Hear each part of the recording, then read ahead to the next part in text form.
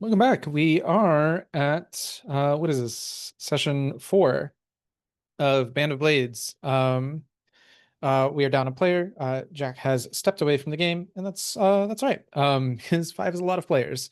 I think this will actually help emphasize troop play in a certain way. Because now you have 5 specialists, but 4 people playing them, so that'll be fun. Um, but in any case, the agenda for today. I'm gonna go ahead and actually I can post it here. Um, let's see. Although the formatting turned into something weird. Um, Agenda for today. I want to do a little bit of talk about the secondary mission. I wrote about the results of it, but some stuff happened in it that I want to at least, I mean, we're not going to play through it, obviously, but I do want to um, talk a little bit about what Cole did specifically to earn his promotion. We can talk a little bit about how the rookies died if it came up, but you know, rookies die in fighting. That's literally what they do. That's their job. Um, but if we need to be more specific about that, we can. There's a thing called the back at camp scene, which is just a sort of narrative little thing that the game wants us to do. It is separate from free play, but it'll feel like a free play scene. And we kind of choose it just to sort of set the scene of what's going on, well, back at camp. Bookkeeping, the results and penalties of your mission phase. The Horned one, every 2 primary missions, the camp gets 1 intel, so that's part of that, but I do want to talk a little bit about what that looks like. Um, if we have a promotion ceremony, this would be a great time to do it. And then the campaign phase and free play. My GM intention for this session, we've had a wish now for about like 2, if not 3 sessions to get to know these characters better. This is the session. We don't have to make characters. We don't have to spend time doing that. I will re-explain rules as we need to go through them, but this will not be my first time explaining rules, so hopefully we can do all that a little bit faster. During the campaign phase, if at any point you want to just set up a free play scene or say, I would like to explore this a little bit more, this is the time to do so. We don't do a lot of dice rolling in campaign phases other than the campaign actions and stuff, but there are loosey goosey rules. If something does need to come down to dice, there's methods to do that. So, want to leave that empowerment to you guys. Um, my GM used to, at the end of campaign phase sessions, take like 30 minutes to generate the next wave of missions. I'm not that good. Jim's also run this game like 4 times. He has that muscle in his brain. I don't. So we're probably going to generate missions asynchronously like we did last time. So, any questions about that? Concerns, stuff, or we get right into it? Awesome. Then let's jump right in with the secondary mission talk. Um, I go over to my mission aftermath tab. So the Western Front, Operation Azure Storm, investigate the town of Wolves Crossing. The main road to Plainsworth involves, I'm going to call it Plains Mouth, at least 10 more times. It is Plainsworth. That's me, and I don't know where that came from. The main road to Plainsworth involves passing through a rural town that the Aldermani call Wolves Crossing. Western Front's camp commander, Lana Casper, says she saw a lot of lightning in that direction 2 days ago, and the 2 scouts she'd assigned to that sector haven't returned since then. We can't risk an ambush, get to Wolves Crossing, find out what happened to those scouts. And what we learned is that Lana's 2 scouts have been used in some sort of wicked ritual sacrifice by the locals. The squad overwatched the town itself for about 18 hours, a full day, noticing some odd behavior amongst the villagers. When they finally moved into town proper to follow up on this investigation, they were attacked, very folk horror movie style. They said the villagers' eyes were hollow-eyed. They said the villagers were, quote, hollow-eyed and dull. And this description fits with a form of undead that the broken known as Stormbreaker, or just Breaker, tends to employ, which the Legionnaires have been calling the Hexed. The bodies of the Hex still seem very human, unlike, say, the Gaunt and certainly the Hounds. But there's nothing human left going on inside of them. It's more death of the spirit than death of the body. When one of Breaker's Shadow Witches, which are her sort of commanding like squad leaders, I guess you could say. One of the Shadow Witches is nearby, and one was in this case. She can puppet the hex to pass as very human.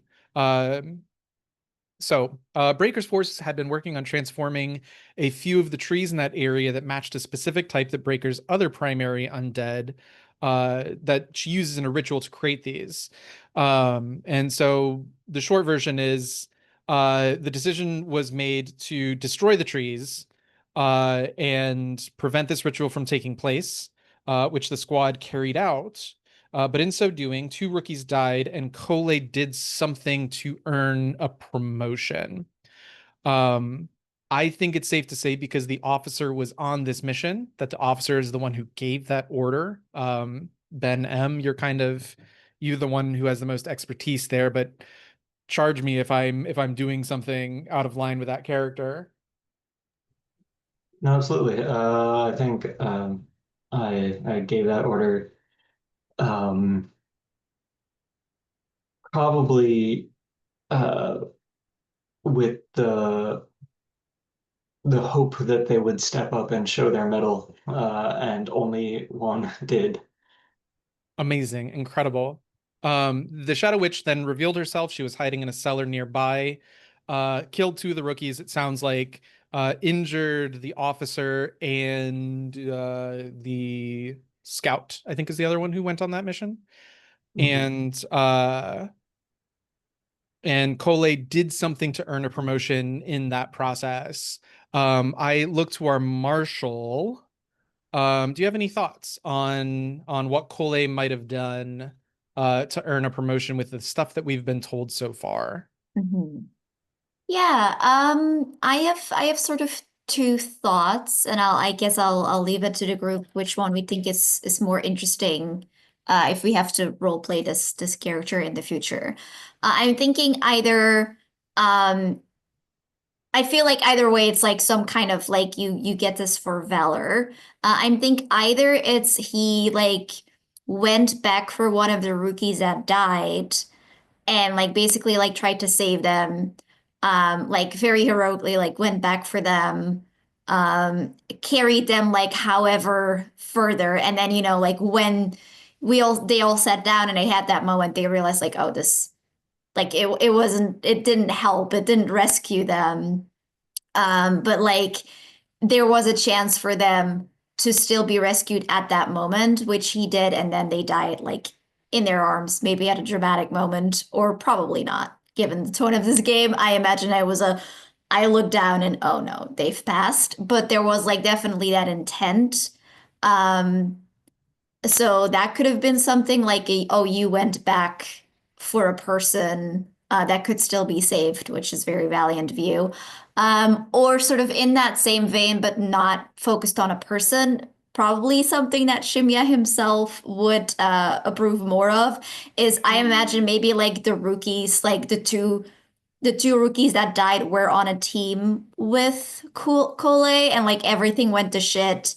And there was maybe a moment where Cole had to choose between rescuing one of the rookies or fulfilling the mission. And he picked doing the mission.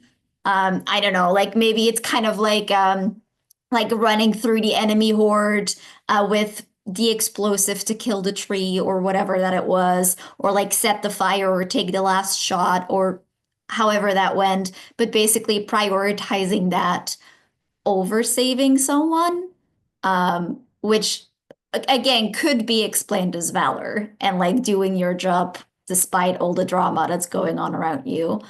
So those were my two thoughts that I had.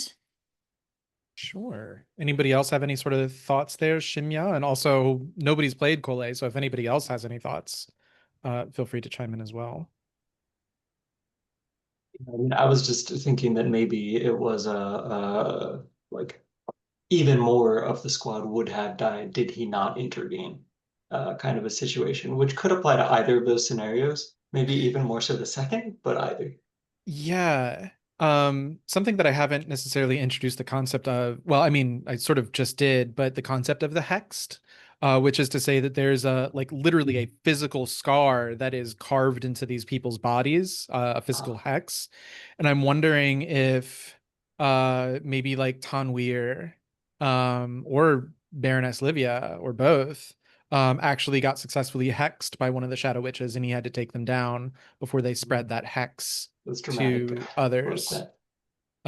So there's a little bit of that, that, uh, sure, call it trauma of, it's not Town Weir anymore. You just got to do it. But yeah, killed, quote unquote, killed one of his own squad mates to prevent the curse from passing and spreading. That's Um, valor. cool. How do we like the sound of that? Awesome. And so for this, Cole has been seen fit to be promoted. Fantastic. That is done. Let's talk about the bookkeeping happens before back at camp. Also, I don't know if I mentioned, but because rookies died, Shimya got a third XP. I don't remember if that was marked. If I it think I wasn't, did mark it last session. I'll double okay, check my sheet. sure. Fantastic. We've already done XP then, and so bookkeeping. I believe it's Marshall that tracks morale. Uh, If I am correct, it should still be at 10 because we lose 2 for the rookies, but we get yep. 2 for the primary mission succeeding in which nobody died. So Yeah, actually, you actually technically get 4. I think 2 of the mission rewards were no, one of them was one you didn't take. Yeah, so you mark -1 morale for each legionnaire that died. Apply mission penalties first. You succeeded at the primary and secondary, and the mission that you didn't take had no penalties. Won't always happen, but it happened this time. Let me go pull those up. So yes, you lost 2 morale. Then we'll just go to Western Front. Um, Commander, add 1 intel and subtract 1 time. Uh, Marshall for Western Front, you may just mark those 2 morale. You're back at 10 morale. Quartermaster, add 1 supply. The Whispers point out a cache of military goods that they had stashed somewhere. They're notorious stashers.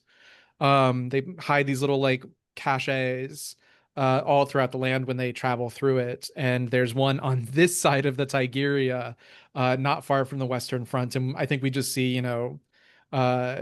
we just see the either like the Silver Stags or the Ember Wolves deployed out to go get it. And there's no trouble. They bring back 1 supply's worth of nebulous stuff. Um, fantastic. And great. Um, So, is all that done? Everybody done their stuff? I am still waiting for how many supply we got. 1. Oh, just the one? Uh, From both? Or uh, from... from Western Front's reward was 1 supply. There was no supply Amber Citadel's mission reward was 1 supply. Got it. Was there something else? Because there was the 2 religious supply, but that was in the mission that we didn't take. So I think that's it. Yeah. Cool. Let me pull up the lore keeper sheet because we get to do a back at camp scene. Nope, that's the spy master. Umber Waiting Nettle is our lore keeper. Back at camp. After missions are done, but before campaign actions, play out a small scene about what happened at camp during or shortly after the mission. Remember to carry the story forward, e.g., soldier desertions and deaths still cause morale loss. Explore the struggles of life on the road while together with the soldiers from many different cultures. The GM should select an event below based on morale. We are at high morale, 8 plus. Mark it off, frame the scene. So let's um let's do the soldiers hold a remembrance for the fallen. And this can be both for Ettenmark Fields. I think this might be the first time that the camp has the Legion has had a chance to actually like deal with the fact they just lost over 900 Legionnaires. So this counts as that, but it also might be where we talk about the deaths of Tanweer, Baroness Livia, Simon Fairley, and everyone we've lost up to this point. So the way this works, you pick a character, and they're there. I imagine this is, a big giant, probably a bonfire. I imagine because of the nature of the undead that the Legionnaires are probably burned, the corpses. That just seems smart to me. Let me know if anybody has any other ideas there. But let's all like contribute a detail. Sort of call this a paint the scene. But like, what do you see as like a facet of this remembrance ritual? Um, Everybody can chime in.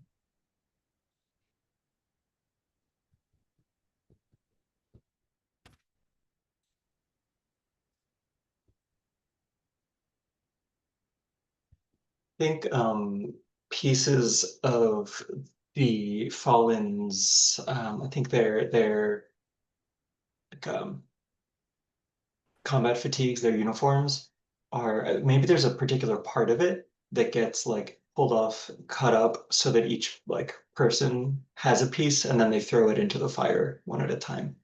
Not sure what piece, maybe like a panel off the chest that's like a different color than the rest.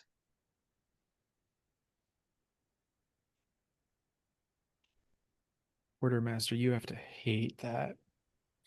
Such Having a to waste. get new people's fatigues every time. Oh my god. It's just like a flap. It's just when they die.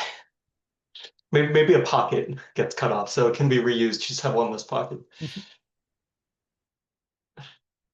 I like the idea that there is some kind of representation of the fallen. There, even if it's just like their name, like carved on a stump or written somewhere and posted, where it's not like a remembrance wall, but people go and individually kind of like tell them what they wish they could have said to them before they died, or tell them some remembrance or something like that.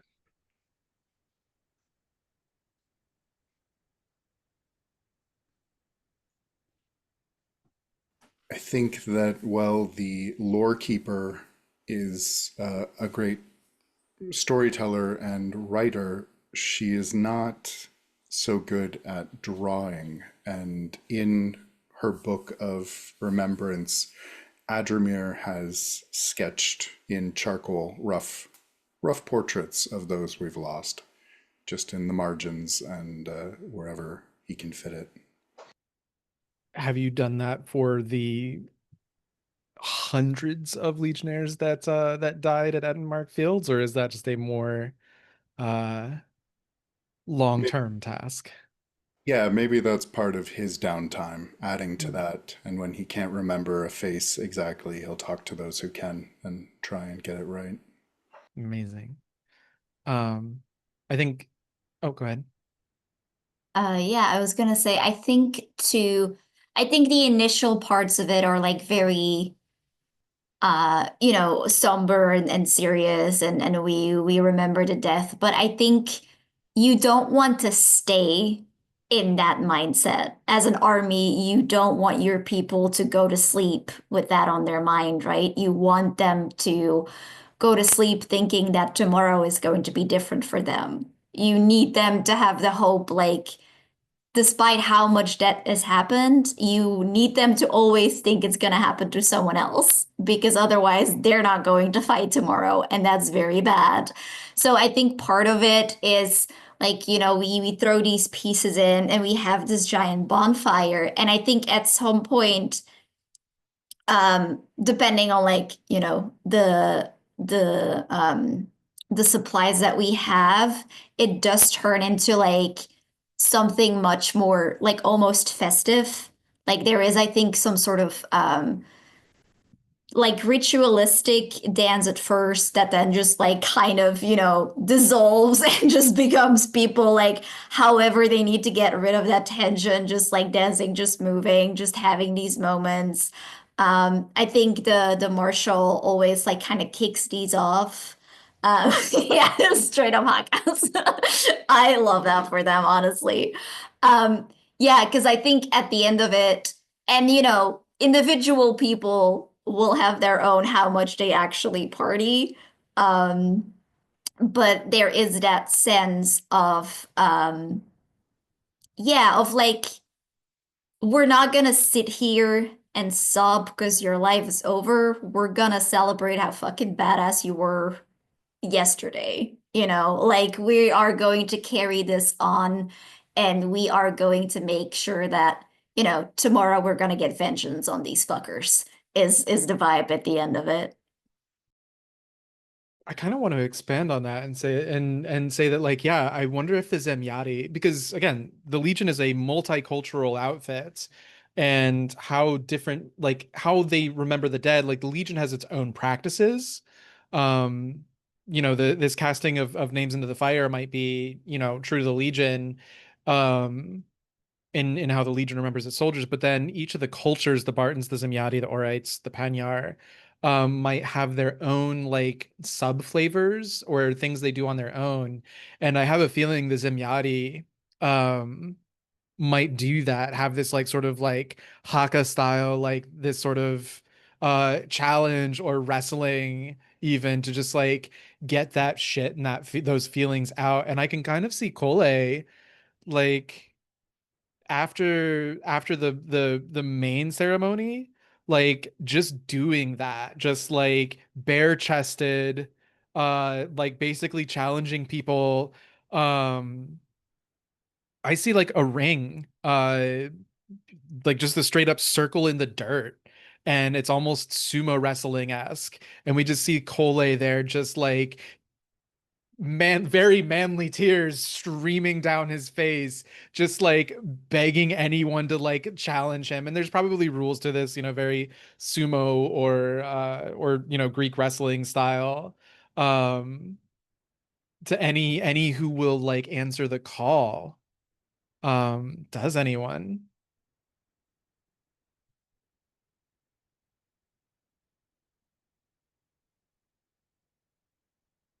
Yeah, I think Adramir will. Adramir. All right. Um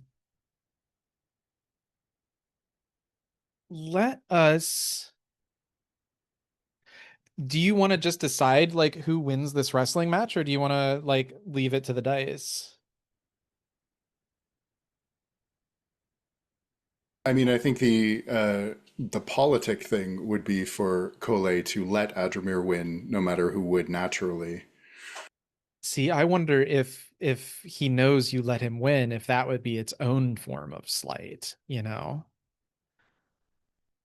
Let's put some dice on the table, unless you don't want to. Oh, that's right. Um Let me pull up Ajamir's sheet. You have a 1 in skirmish. But this isn't really like a skirmish situation. You're a specialist, although Cole is now a soldier. Um, Although you have maneuver, 2 dice in maneuver. How do you think Ajamir would approach this? Would he be like an adroit? Yeah, that's the word, right? Adroit fighter, dex fighter, if you will, if you're Dark Souls. Or is he more like gonna try and like use strength and overpower Cole? This is a Zemyati thing. It's strength. It's Okay. always strength. Cool.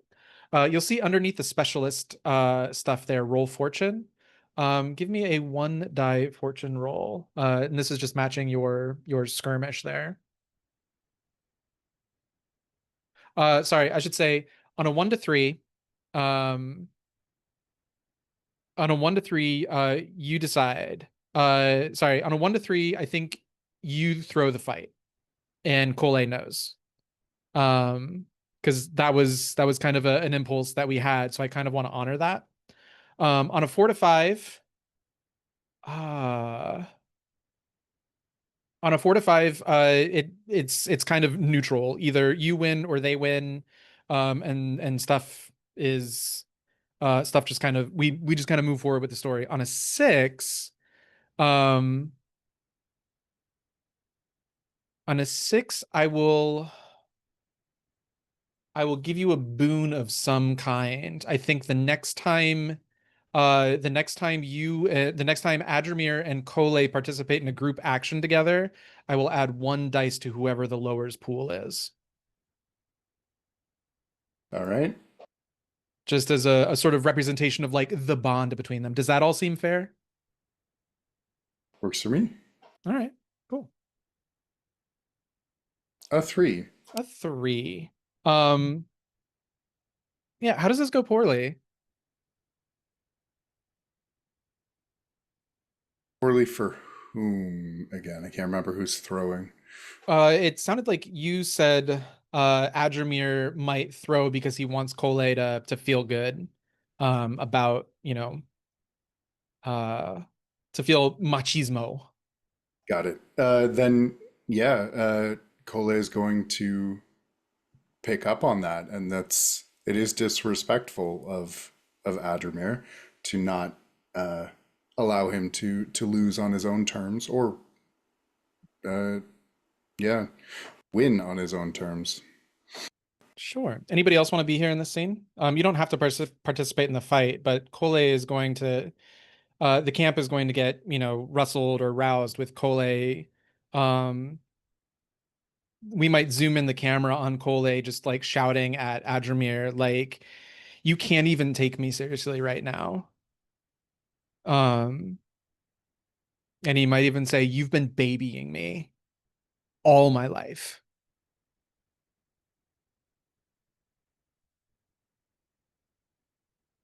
Of course I baby you. I've known you since you were a baby. I changed your diaper, child.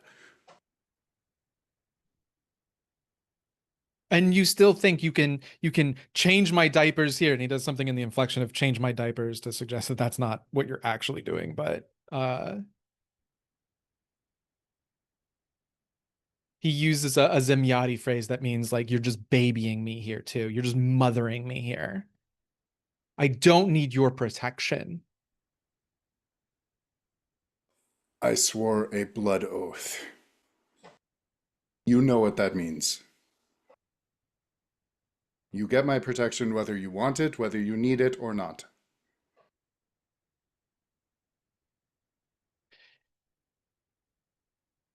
Let's talk about this. Adramir, do you know why you swore a blood oath to Kole? I have been kind of thinking in the back of my head that Kole is the child of someone important to Adramir who isn't around anymore.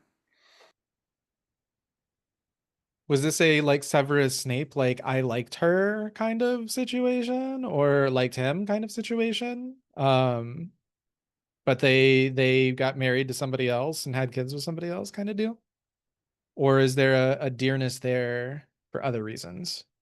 I think this is maybe like an unofficial uncle situation, like Got it. family friend. Got it. Got it. Hmm. What about Kole specifically? Is he just I mean, I assume you don't swear blood oaths to all of your friends' kids that way. No, likely not. I imagine that this was a like a blood brother situation with his father. Hmm. Okay. We can leave that for now if you want. He was Or not is going to there try and incite this into something bigger. So okay. Um Fantastic. Uh Mark, Jazzy, Ben M. What pick a character that you guys have played before, or pick a different character. And let me know how they are either culturally or personally exploring their own traditions of honoring the dead, remembering the dead.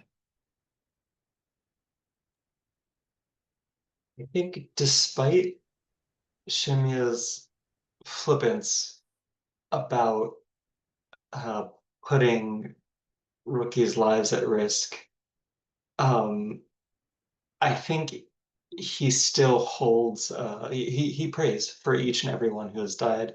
Um, he's got a large collection of relics sort of tied to his garments, and I think for each dead member of the Legion, obviously he doesn't have 900, but for as many as he's able, he goes up to a rather relatively secluded, I think, corner of camp and lays these out, lights incense, and thanks them for what they gave.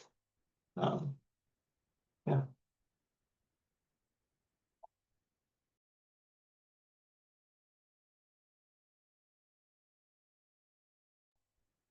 I think Kirish is still riding like an adrenaline high from making it out of that alive, and is just sort of like talking excitedly to Zaya, who probably doesn't care. Jazzy is AFK for a second, so we'll have to get her thoughts on Zaya and Kiddish. I would like to see those two have a moment. Mark, what do you got? What about I've got my mute on. That's what I got. um I think Grace Stalking Root would probably want to have a moment or two with Zaya as well, on the surface, kind of debriefing the whole sniper setup thing on the roof, but not very far under the surface, both kind of checking in to see, because they are a rookie and rookies die, kind of checking in with Zaya to see where that sits with her. Like, is she is she emboldened? Is she scared of it? Is she just professional about it? And also, like, maybe like kind of probing to see if she would be interested in a mentor-ish deal, or if she's just like, I just happen to be up there with a gun. I'm not like you. Again, Jazzy's AFK, so you're gonna have to tell all of that to her again when she gets back. In the meantime, let's talk about the commander. Well, actually, does anybody else have anything else? We'll talk about Zaya. It seems that everybody wants to have a scene with a rookie. When she gets back. But if nobody else has anything they want to do around the campfire, then let me pull up my agenda.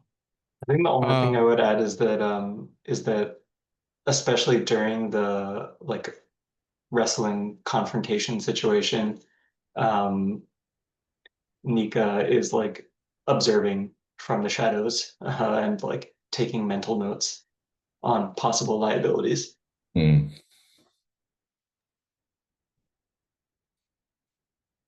Let's put some dice on the table. Just for funsies.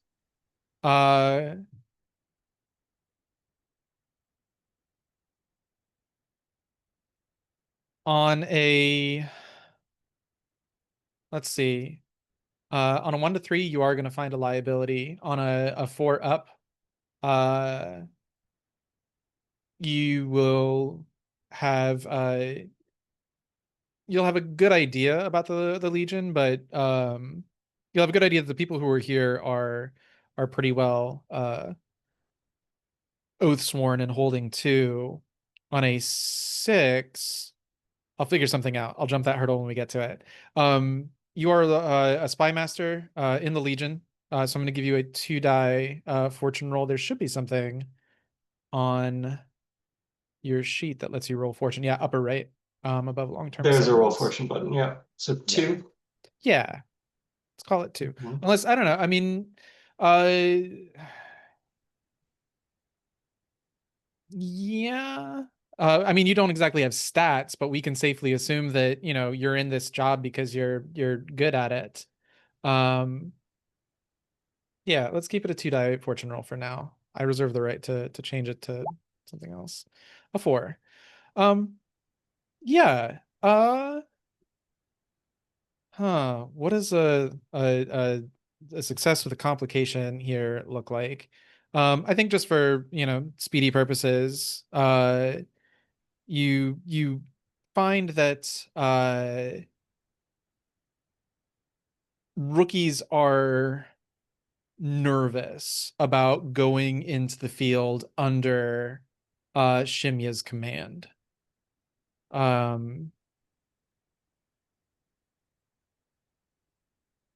It's not full-blown mutiny, but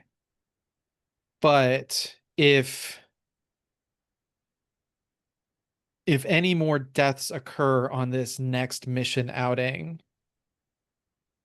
it's going to be getting harder and harder for rookies to trust going out in the field with Shimya. Does that seem fair? Yeah. Awesome. Yeah, and I don't even know if there's like a specific rookie to point out. I think it's just kind of general murmurings among the Star Vipers, the Silver Stags, the Amber Wolves. Chazzy, we have some people who want to talk to Zaya. During this sort of Absolutely. like campfire remembrance stuff. Kirish mentioned wanting to you know, just catch up, but also Gray Stalking Routes wanted to talk a little bit about, you know, post mission debrief with Saya about stuff. Do you have a preference as to like which one of those you want to pursue first, or which one you want to look at first? I'm fine either way.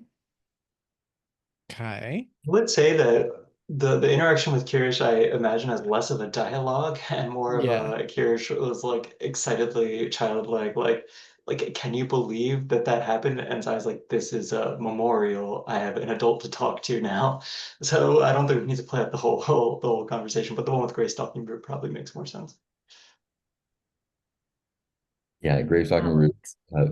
basically wants to both kind of like debrief what happened with the shooting from the roof thing, but more to actually check in to see how Zaya is feeling being a rookie, and rookies having died recently, and like kind of where she sits with that. Mm-hmm. Yeah, I think we can find Zaya. I think depending on like how if Cole like stormed off or not. I think if not, then I think Zaya would have maybe to sort of de-escalate the situation, kind of like stepped up for another one of those like ritualistic fights. I think whether, you know, whoever won or lost, I think it kind of like it was an honest fight, so it might have like cooled Kool-Aid down a little. And I think after that, she's kind of, yeah, I think we sort of see her sitting there in maybe a way that Grace Stalking Root recognizes. I think there's a way about like snipers or people that are like used to, you know, finding these positions from where they can see everything. And I think even though she's not like on higher ground, maybe like, you know, on some crates or something, but she very much like has maybe instinctively, maybe not, taken that position where she, I think, yeah, we do see her like keep an eye on Kirish, who's maybe like talking with other rookies or is sort of animatedly in a conversation, probably, and like keeping an eye on everyone. And if you, when Grace Stalking Root approaches, she'll give him a differential nod because, you know, you're a specialist. She's not.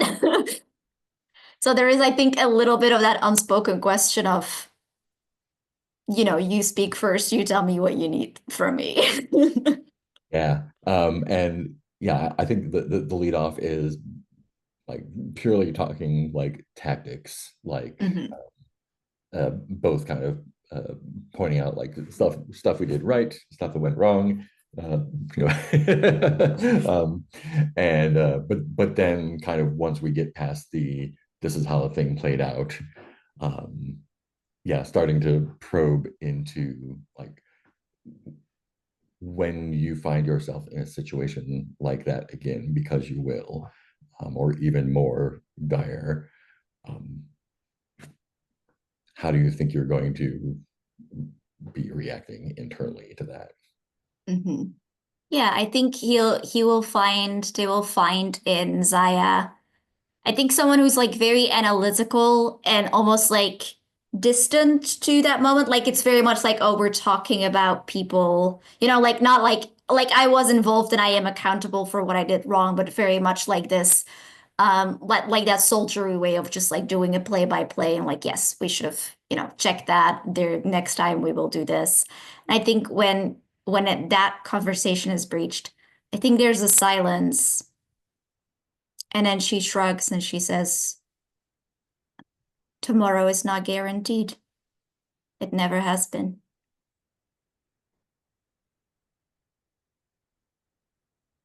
I think Gray accepts that. Yeah, you got it, nailed it in one. But I think as she says that, like she's, saying it like all stoically and like I've accepted my death. But as she says that, I think you see that she is pointedly not looking at Kirish and then kind of does that little instinctive double take. Right. Like maybe she is not quite as like for herself, probably, but maybe not for everyone else on the team. Yeah, that's awesome. As Gray stalking Root, like as this conversation kind of comes to its natural end or peters out into silence, the both of you will look up and notice that the Horned One is like at the end of the row of tents, just like staring at Gray stalking Root. But then when you look up, she also kind of silently just goes about as if she'd like been interrupted in the middle of like her own business. Mhm. She just carries on walking. She's headed in the direction of the command tent. And I think, as she walks to the command tent, like the camera like rotates and pans up and we see this bird's eye view of the camp, and the Western Front is just this, it's ramparts. It's basically, ramshackle ramparts. We see uh soldiers from different outfits, just a sort of motley crew of people in different colored uniforms, tattered flags and banners in trios or fours or fives. We see um, one soldier from another part of the Western Army, just being helped, one arm over the shoulder of another, just limping because the bottom half of their left leg is gone. But then we look out over the ramparts and that yellow glow from where Carlsberg is burning off on the horizon. And then between you and them is just, it's World War One no man's land. It is mud and craters and broken banners. It is half devoured corpses, broken spears, the wreckage of a trebuchet, that sort of like little A-frame where it had once stood. Um, on the walls, we see a pair of soldiers just, they're keeping watch, but it's with this sort of like deadness behind their eyes from the trauma of what everyone just went through. In the command tent, um, the Horned One just kind of brazenly walks in. I don't think the guards are going to attempt to stop a chosen. If the commander has a bodyguard or a guard stationed at the tent flap. Um, Anybody else there in the command staff? This is probably, just midday, or this is actually probably evening after after the fires, after the fire of remembrance. I think the marshal would be amongst the people if they're unless everybody's like most people have gone to sleep, then maybe, but otherwise I think the marshal is probably trying to keep that morale up and keep these people from realizing they're gonna die tomorrow, probably. I think it's fair. I don't think this is like, this is not a clandestine meeting. This is not, middle of the night. This is, maybe a changing of the watch. But yeah, the Horned One walks in and says, Commander, I would like to have a word with you. Of course. Speak freely. As you know, I've been tracking the undead to the best of my ability, but it's getting more and more difficult. Breaker, you know this person? Stormbreaker? I know of them. She's not only developed a mastery over men, but she's beginning to work her magic on animals as well. And she produces from her robe a crow, a dead crow, which she just kind of with his hand that almost looks suspiciously like a bird talon itself, she just kind of plops it wetly onto the command tent, onto whatever map you're looking at. And she's clearly twisted its neck into a position that a crow's neck, maybe an owl's neck, but definitely a crow's neck should not be able to attain, and in fact hasn't. But there on its breast, you see this sort of arcane rune or squiggle, angry and red. Has the crow been hexed? That would be what it seems. That she has been able to extend her magic into not just men, but beasts as well. She's using them for her scouts. She's watching the camp.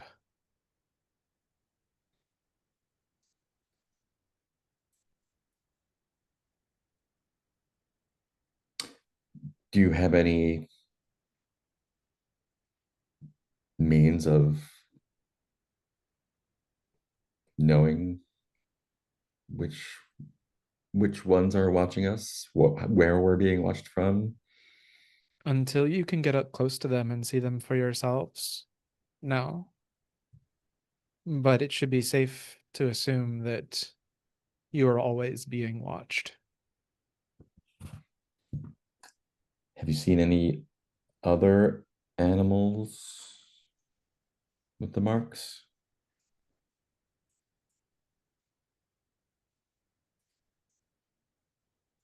Not at the moment, but I've only just begun searching. I figured you should be aware. It makes sense to spend the time and energy to create scouts.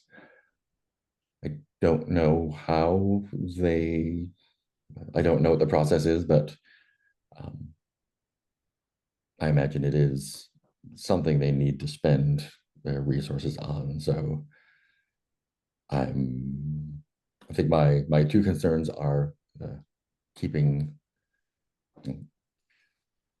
doing what we can to keep out from another eye, and keep an eye out if they decide to hex a bear or something. I feel like that's going to be a problem. Thank you for the. She tilts a head and goes, yes. If she hexes a bear, that would be a problem. You seem to have made short work of this crow.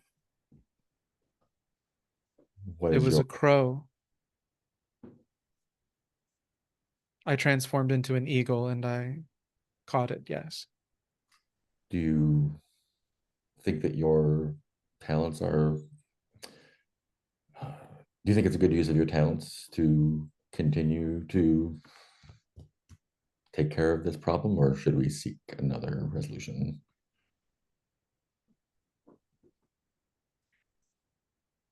I want to know about my prey. We can help each other. This is a new ability that I have not seen her use before.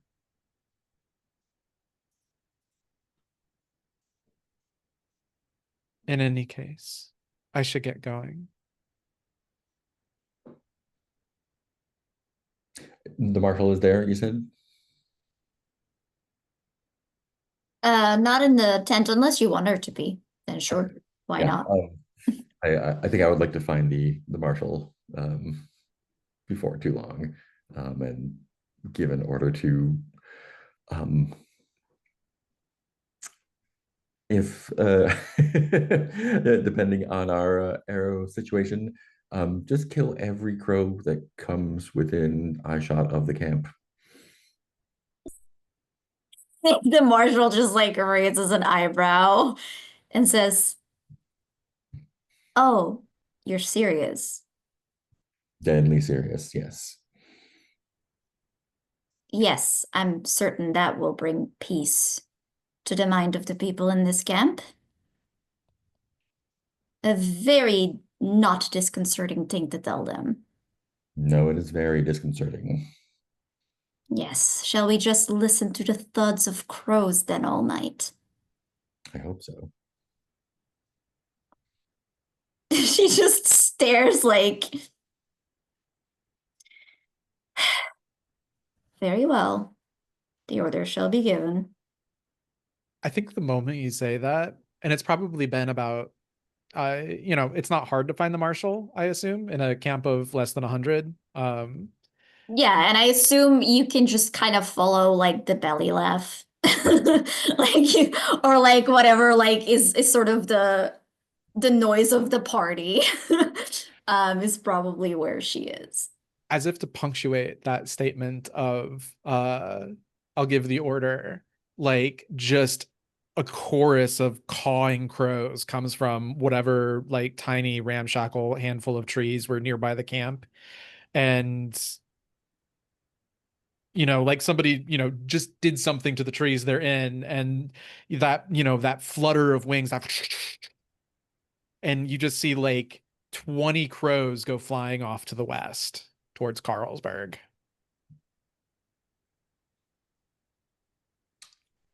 I hope we have enough arrows. They seem to be leaving the area, I should. Mhm. Yeah, clarify. I think the orders will be given to try and stop them, but I assume. Yeah.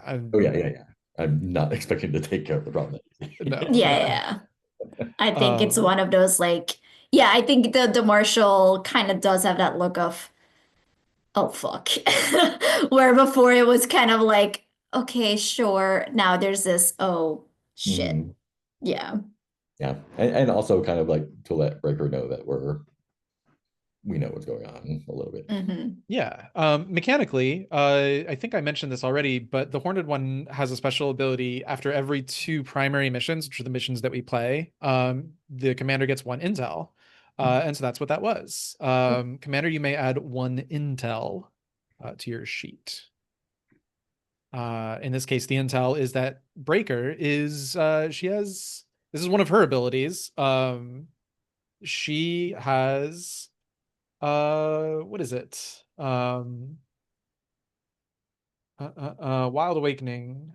Shadow Witches and Breaker hex animals into spies and packs for the transformed to run with, which you haven't met a transformed yet. But you might. But for now, they just serve as animal spies and scouts. So awesome. It's not quite been an hour. We'll play a little bit longer and then we'll go into break. Unless somebody needs one now. But I think we can go into campaign phase. Going to my notes. Yeah, campaign phase. Fantastic. First thing that happens in campaign phase, time passes, time and pressure increase by 1 each. Commander, if you will please do that now. Quartermaster, you must spend 1 food to feed the Legion, or the Legion loses 2 morale. Will you be spending food? I did. Fantastic. Lorekeeper would tell their tales of Legion but that's not going to happen. Campaign action, Quartermaster. We're at 8 morale, so that gives you how many free campaign actions? 2, I think, right? If that's high, then yes. That is high, yes. It's as high as it can be. It literally cannot get any higher. So you have 2 campaign actions. Spymaster also, keep in mind your role if you want to boost any of any of the actions that are taken. That is a thing you can do. So what do we got, Quartermaster? How are we in terms of health? That's for me, I think. Let me check. Um, I haven't checked the rookies, but for our specialist, our officer has one harm, and our scout has one harm. And I believe rookie wise, let me check. I think rookie wise we're fine. The rookies didn't take any harm in because I think Zaya might have a level 1 harm. yeah, Let me check. that's what I am seeing. Yes. A level 1 harm and 2 stress. But she's a rookie. So... She's a rookie. No harm for Kirish. And then I think no harm for the other rookies either. Yeah, if a rookie is not played, they have 1 HP. Rookies exist in 2 Right. states. They are alive or dead. So valid. Yeah. So we've got 2 specialists, very slightly wounded, and then 1 rookie. And what's the assets rating for where we're at? The assets rating of the Western Front is 0. So that means rolling acquire assets, I'd roll 2 and take lower. That is correct. Yes. If you do decide you want to do that, I probably could have one of my spies help give you 1 more die with blackmail. She's wounded, so I don't know if I want to send her on a long-term project. Yeah. Alternatively, she can also add 1 die to a long-term project. So Oh, also, Quartermaster, I forgot there's a special rule attached to the Western Front. I don't know how useful it is, but I'll just copy and paste it here. Oh, of course, formatting, lovely. I'm just gonna hit enter, whatever. The troops remaining here are shell-shocked and have trouble processing what's going on. You can bring them along, but they're in no shape to fight. The quartermaster may make a 4 o'clock long-term project to feed and rehabilitate them. When it's complete, the marshal may add up to 5 rookies to the Legion. You could also recruit, which you don't really need to because you're only down 3 so far, and you can't ever go above what is it, 30? Yeah, 6 squads of 5. But that is a thing you can do that is part of this location. The other special rule is when advancing, add +1d to pressure. The undead are plentiful and move to cut off all paths of egress from the front. That's something for the commander to know.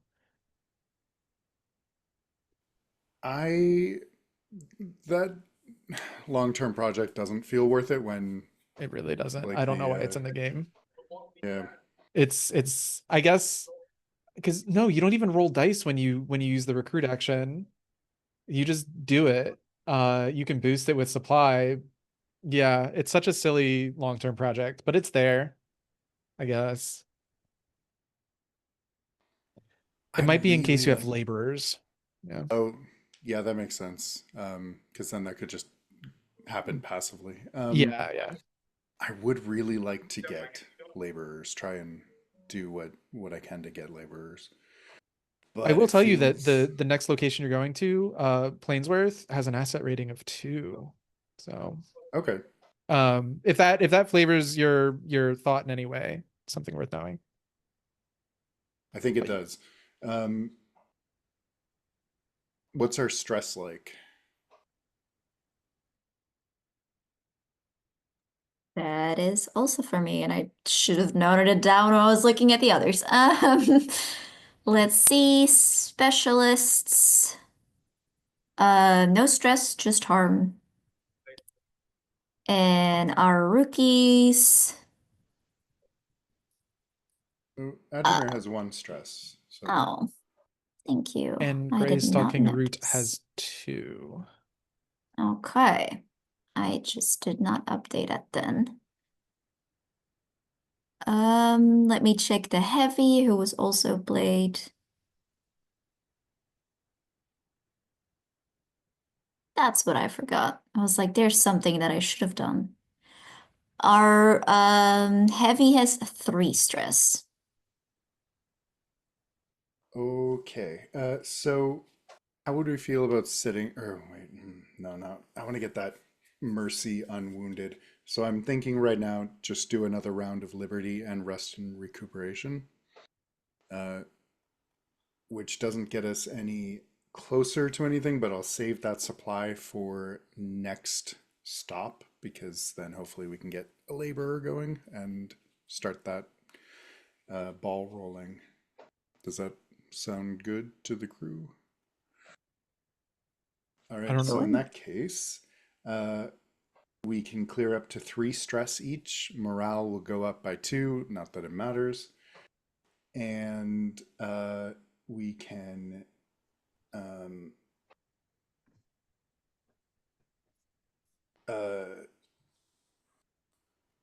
heal and mark 1 tick in a harm row. And I will unwound the mercy. And That should get us everybody to fresh, should do. I think. The only harm was level 1.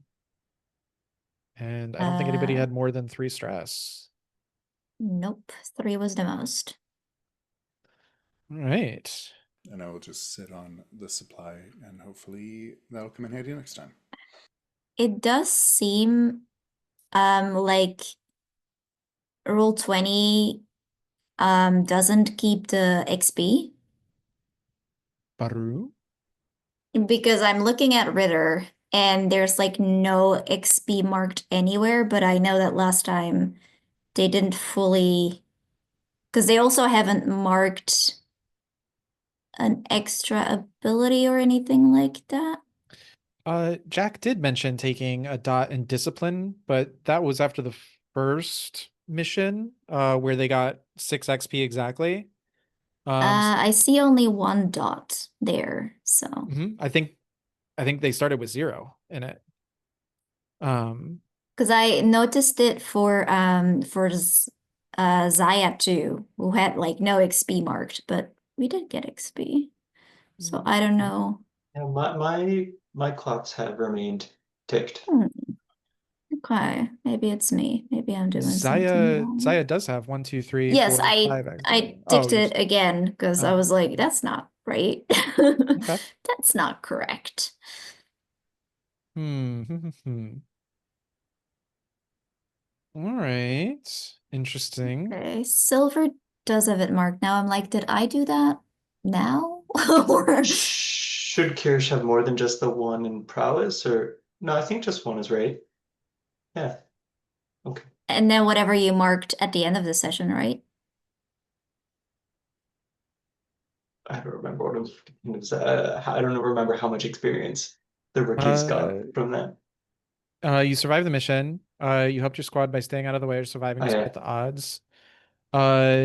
You did bring your heritage into play because of the research roll. And 2 threat was the highest you faced, so you should have had 5 XP, which definitely should not fill out a clock unless it was the prowess clock. Yeah, you're right. That is strange. Okay. Because my specialist clocks are definitely mid clock. Those are where they should be, but yeah, I only have 1 dot or 1 tick in prowess for Kirish, and that was probably a desperate roll. So I don't know what happened to those 5. Let me check something. I wonder if you might have filled out a clock and given yourself a dot, because that's a fair number of action dots that you have. Let me check the rookie sheet. But 5 wouldn't be enough. Kirish might have extra because both traits give him extra. He gets one to research and one to something else because of the Yeah, +1 consort and +1 research. So that's where those Yeah. extra dots are probably from. that's why it might Oh look no, yeah, like I there's think a lot. I upgraded. Maybe I upgraded my rig. I think that's what I did. Yeah, I think I did fill the Yeah, clock. you Yeah, might have done a desperate yeah, a desperate and then got research 5 rig. XP. Yeah, and Yeah. filled it up. Yeah, I did. Okay, problem solved. Nothing got erased there. Who I'm knows? Okay. I'm wondering Then it's if just rule 20 hating me, which it does, so that's valid. I'm wondering if Ritter did the same thing. Got like did a desperate action, then used like 5 And then XP fill it up. Yeah. to fill a See, I clock. know for a fact that I did not for Zaya, and when I opened it, there was nothing. Okay. Because I wanted to get another ability. Because that's how I do. Let me check heavy really quickly. They start with 4 + 4, 8, 1, 2.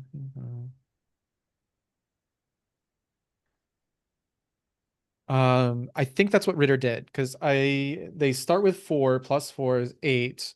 I know Jack used the XP from the first session to get an action dot, which is 9, and I count 10 dots, and none of the Ritter's abilities give them one. So I'm thinking the same thing happened, a desperate action plus 5 XP to fill out a dot there. Oh, it was skirmish. Because Ritter started with Ritter started with 3 skirmish. I don't know. But I strongly suspect Ritter used their XP to fill out a clock. That would make sense. But yeah, good call with Zaya. So yeah, roll 20 is trying to gaslight you. It hates me, and I hate it, so. All right. Okay, if I roll my spies. Yeah, let's pop over to the spy master. Oh wait, Marshall, do you have it? Let me go back to my campaign phase summary. Long-term projects and spy master deploys their spies on assignments. Yeah. Yeah, what do you got? My assignment for Leah is to recover because she was injured on her last research mission, so I want her to heal up. And then Fortis, I'm sending back out to expand the network. So that's a role. He's master spy, so I'll And if roll 2 I, dice. yeah, does he get an extra one for that? Or does he just mark an extra tick on the Oops. clock? Yeah, he marked an extra tick, regardless of the outcome. Wow. 6. 3 ticks plus 1 is 4. 1, 2, 3, 4. He's 1 away. All right, Oh my goodness. cool. Amazing. The 6s just keep coming with this table. Jesus I Christ. mean, I feel like that's the first one this session, right? I mean, this is a campaign phase. We don't normally roll dice at all in these. Well, I mean, other than, the stuff that you're doing now, but you Yeah. don't roll nearly as many dice as you do on mission phases. All right. Fantastic. Is that all we need for the spies? Any scenes we want to play out there, like lead a healing or I don't think so. I think maybe what we can build out is where the spy master's tent is, and I think no one actually knows. I think the spy master and her spies appear in camp every now and then, but either no one knows or no one dares look. I have questions. How is it like a magic thing or just uh, you know, we can leave that. I dig it. How do people get in touch with the spy master? Like, I'm assuming the commander at some point, like you have to be in regular communication with the commander. What happens if the commander wants to find you? I think I think there's a signal. I think the commander like yeah, right, just look in a shadowland and I'll be there. I think there's a signal. I think it's something really subtle, like a small scrap of green cloth that's tied to a tent post.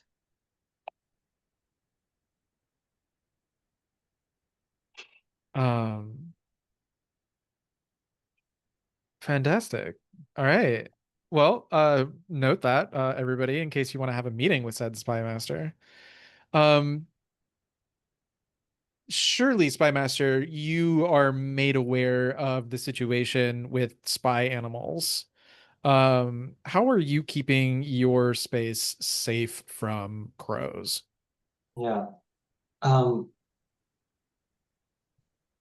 I think crows specifically were not too much of a concern because I think it's part of what keeps it hidden is that it's like semi not fully underground, known as time to dig a tunnel, but under the cover of what appears to be a lot of dirt and stone. Um, like a mesh of branches, where if you weren't looking closely, like a blind, essentially, a large blind, like hunters use. And so I think it's made to be concealed from anything and anyone, whether that's natural or human. Amazing. Incredible. Commander had to step away, and the next part of the campaign phase deals with them directly. So why don't we go ahead and take uh we're 8 minutes till the hour. Why don't we just go ahead and say be back at the top of the hour, and I'll see you all there. And we're back from break. So next up on the agenda for campaign phase, I have to ask the commander, is the Legion staying in the Western Front or are we advancing? Time to advance. It is time to advance. Fantastic. So if I'm not mistaken, uh, call for an advance during the campaign phase after campaign actions. When you advance, mark the new Legion position on the map. I will do that. Oh, whoops. Oh, I'm in the wrong screen. All right.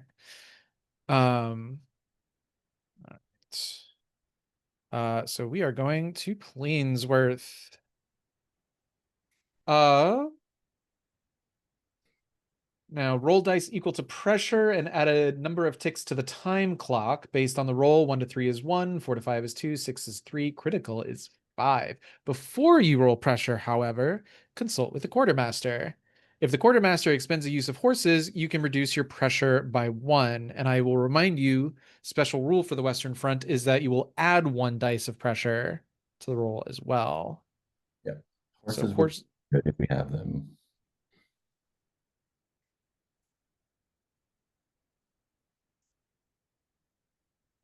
Quartermaster. Oh, you're muted. Sorry about that. Yeah, let's spend a horse. You will spend 1 horse. That poor horse. All right, so it looks like it is just equal to the current pressure. Great. Let's see if you get a 6 here too, guys. Yeah, a couple of sixes. Here we go. There it is. It's not a crit though, thank God. But you will be adding 3 Oof. dice to time, or 3 ticks to the time clock. Where are we at? We are at, let's see, 1, 2, 3. We're at 1, 2, 3, 4, 5, 6, 7, 8 out of 10 until summer ends. Oof. For what it's worth, I have heard of people having their having summer end in the Western Front. So we're not far ahead, but I've seen more dire situations. However, that does mean you might not be staying in Plainsworth as long as you might want. Speaking of, let's talk about Plainsworth, since we are going there. Let me see if there's anything else I need to do. Doo-doo. Cool. Plainsworth. So the Legion packs up and leaves behind the camp commander, Lana Casper. She knew she was going to die fighting the undead, and she plans on holding out as long as she can. To buy as many troops as enough time to retreat to the east. You guys say your whatever farewells you have, and get to marching, while the Western Army sort of does what it can to recuperate. It's not long before the ravages of the immediate conflict, the Battle of Ettenmark Fields and the sort of outlying areas begin to fade away into a more open sort of plains field breadbasket area. And you come to the largest town outside of Carlsberg and then the lake towns. Plainsworth was once a small, prosperous town, owing its bustling commerce to sitting on an intersection of several old empire roads. It's situated in the heart of the Aldermark breadbasket. The bounty of nearby villages flowed through it until it was on the verge of becoming a full-fledged city. Now, however, the hushed tones and shuttered windows of the residence project a sense of growing unease. Its inns, streets, and alleyways have refugees trying to keep out of sight and families fleeing the Cinder King's advance. The town has a small garrison, its own well, and the crumbling but serviceable remnant of the old Tantari Wall made in the heyday of the Empire, providing a strong defensible position to the west and south. And so I think we actually see the Legion passing through this very old, pulled straight from a fantasy novel, stone wall with a portcullis and everything there.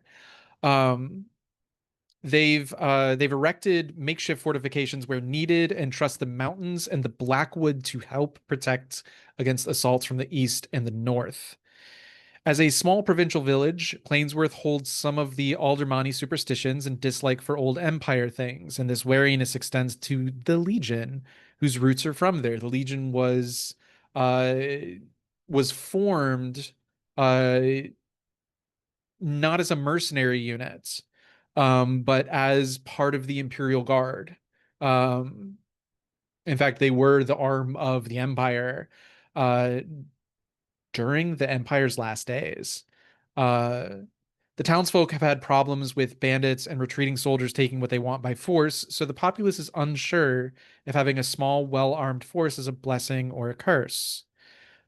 Nearby plains and villages may have supplies that may need to be wrested from the undead.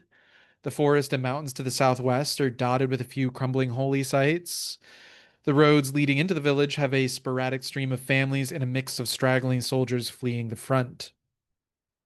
Um, And I mean, I could share the art of Plainsworth, but it is architecturally, it is very small town Germania. Um,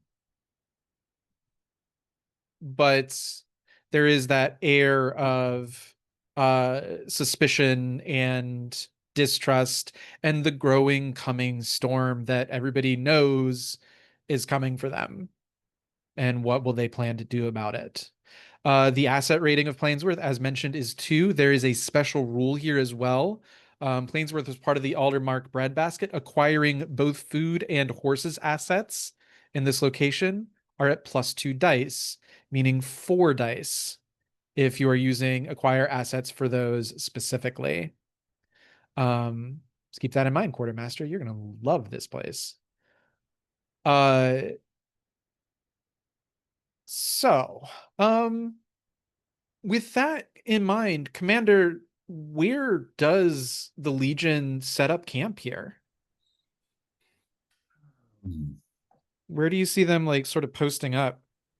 And remember, like between the actual fighting staff and then support staff, medics, cooks, stuff, there's probably about 60, 60 faces, souls. Probably like just inside the wall, like not by the gate necessarily, but um, like we don't want to. We want to be in a safe place for us, a place where we can quickly react if something happens, but also we don't want to, since there's unease, we don't want to encroach on the space of the town itself. Okay. Do me a favor. Give me a 2-die fortune roll to sort of help set up a place where it like doesn't step on anybody's toes. I'm not going to mechanize anything. This is going to basically be a mood roll. Mhm. 1 to 3 is like you have to forcibly, shove people or, evict is the wrong word, but you've got to like go in and take control of a situation. 4 to 5 is kind of as it's described. Things are tense, but you find a little nook. Maybe it's a little cramped for some of your soldiers. 6, uh, you arrive like just in the right time and place to help somebody do something, and you're given, maybe a couple buildings to post your soldiers up in. The 4. A 4. All right, so it's basically as I described. It's tense and quiet. You find a little nook to post your the Legion up in. Um and it's cramped, but it's walls and a roof. And a place to erect tents beside. You're not sleeping on uh undead trodden muck. So that's nice. Uh, Fantastic. And I think that's kind of it for what we need to do for campaign phase. Well, sorry, no. Mission focus. The commander chooses a mission type to focus on from those available in the Legion's current location. In in Plainsworth. It's worth, right? Yeah, thank God. Jesus Christ. Um, in Plainsworth, all 4 mission types are available: assault, recon, religious, and supply. Um, and again, just to re-go over those because there's only 2 available in the first one. Assault mission will always give morale. Um, Recon mission will always give intel. Religious will always give, boo, I think it's religious supplies. Um, what do maybe that's in the commander actually. This book is laid out so wonderfully. I don't remember what exactly religious missions give, but I do think they almost always give morale and religious supplies. And then supply missions always give supply. They might have other rewards on top of that, but they will always give you those things. So commander, choose a focus. I feel like supply might be good here. Sure. I also get to pick a focus. I like intel. So I think I'm gonna say recon will be my focus. And I will spend an intel to access a special mission. You will. Oh, that's exciting. Because I already know which one it's gonna be, and it's one of my favorites. It is arguably one of the most famous missions and one of the most well-known missions in this game. Right. You're going to get to say hi to Voyas Karayevich, the Kingfisher Knight. Ooh. Um, oh, that's so fun. I'm already so excited. Cool, fantastic. So wait, you said supply, I said recon. I'm gonna write those down so I don't forget.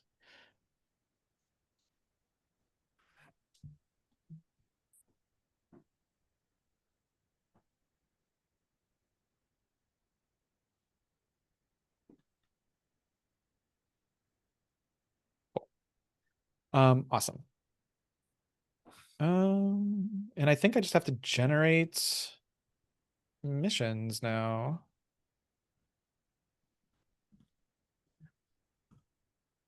Yeah, the GM generates and fleshes out missions using the charts. So here's the thing. It is over an hour before we have left in this session. And I did say I wanted to leave the floor open for free play scenes. And so this is that time. I know there were some folks who had questions or wanted to get to know some of these soldiers better.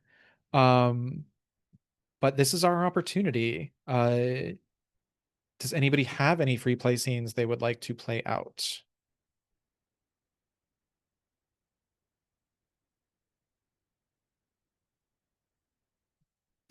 A stunning silence. Um, I thought I had a question. Oh, I do. Um, the Dar. We have the Dar in the camp. We should talk about them. Um, there are 5 of them. They they didn't necessarily request to come with the Legion. I think it's just kind of understood that you guys are headed in the same direction.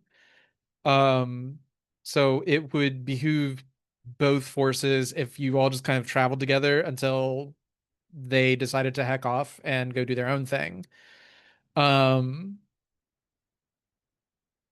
the awkward say goodbye and head in the same direction. Um, they're not planning on continuing the fight in any meaningful capacity. Their goal now is to get a boat and get back home. Especially because one of them, I don't think I actually gave you their names because you haven't asked for them. Um, yeah, one of them, the one they've been uh essentially the closest thing they have to a commander if there's ever uncertainty about what to do. um they always look to this one, and if I'm not mistaken, it's the one with the goggles. uh, uh, uh. Yeah.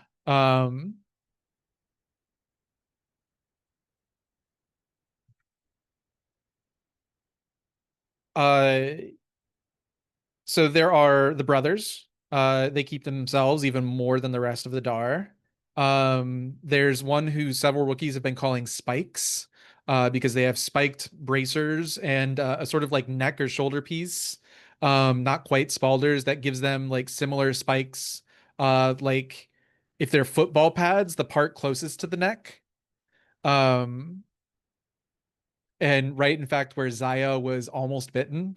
So that's an area they know needs protection. There is the one that they've been, like I said, referring to as I guess you can call them a commander or a chief. But she has these big round steampunky green lens goggles. There's the wounded one that was saved. Um, there are bandages. There's all of them are covered in and wrapped in bandages like living mummies. But his particularly have this sort of semi-luminescent, almost bioluminescently glowing blue ink in Dar script. Um, and he also has these goggles, but he has those sort of jeweler's lenses that you can put sub lenses down in front of them. His goggles have those on them. Um, so I have kind of put their descriptions in the Zoom chat. But yeah, that's them. Um, I think when you all did your observance of the dead,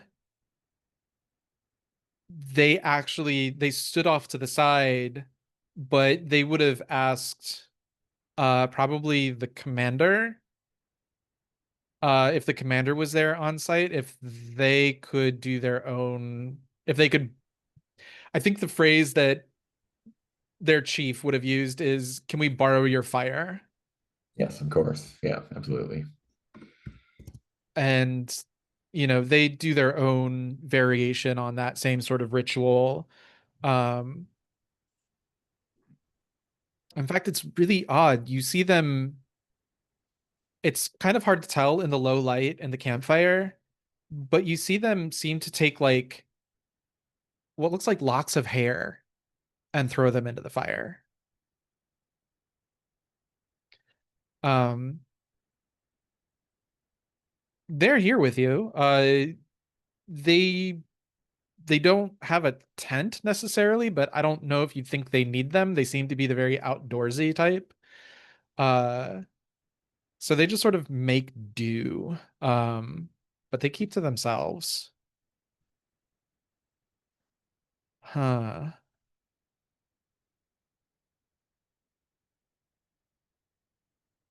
Trying to know what else I can do to like set up scenes for them if that's necessary. I mean, the chief and the commander have probably had some discussions over the past few days and over the travel, just comparing notes and intel. You don't get much more out of them. Enemy positions you already knew. Render is basically moving to the south. Breaker's moving up to the north. Blighter is MIA. She's in a totally different theater of operation. Um,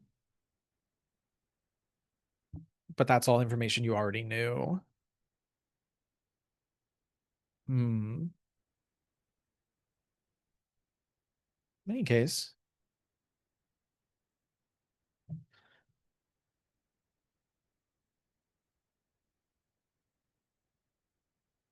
if nobody has any scenes they want to set up with them, then what we can do is I can try and generate missions quickly.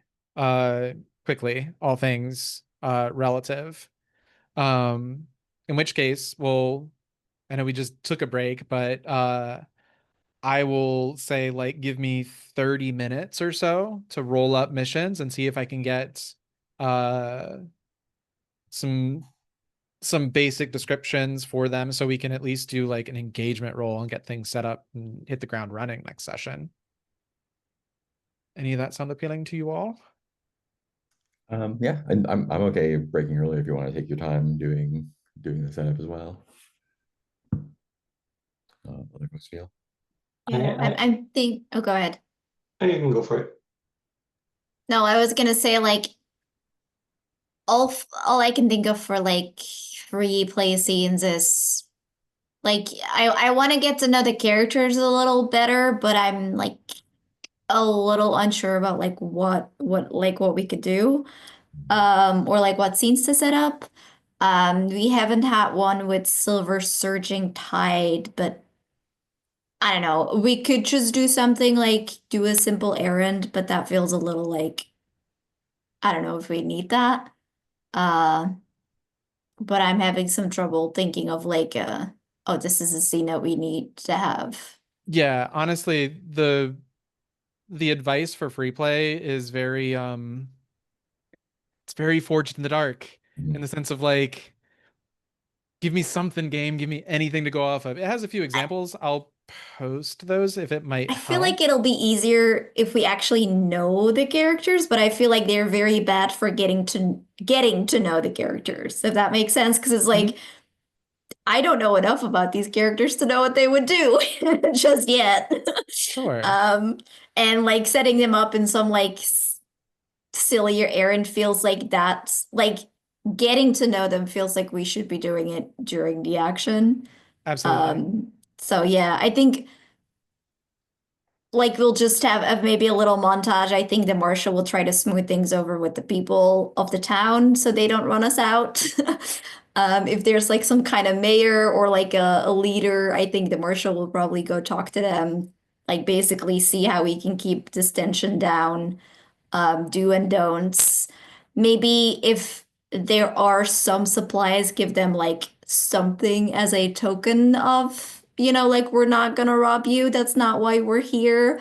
Um, and I think for Silver Surging Tide, we'll probably just kind of see her probably be a little uncomfortable if we're actually in like a walled town. I imagine that's not where she enjoys being.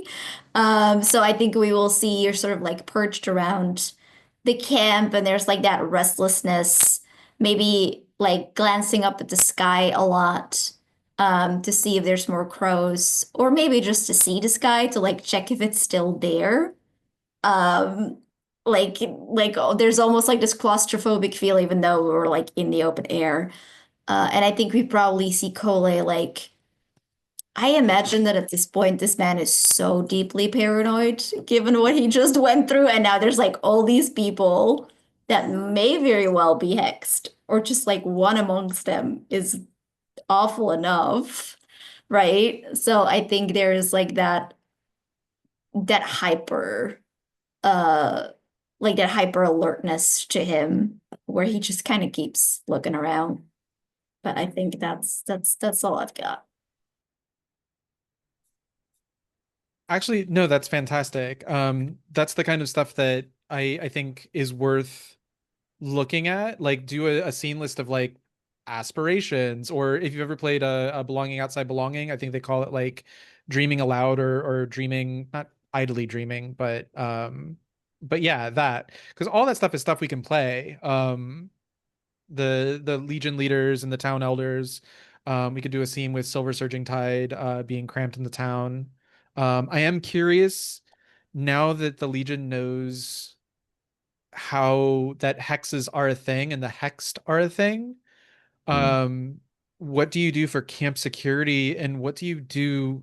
Is there a process now to check Legionnaires coming back from missions? Like, do you just have people strip down naked and be like, "Do you have any weird signs in your body that you didn't before?" Uh, things like that.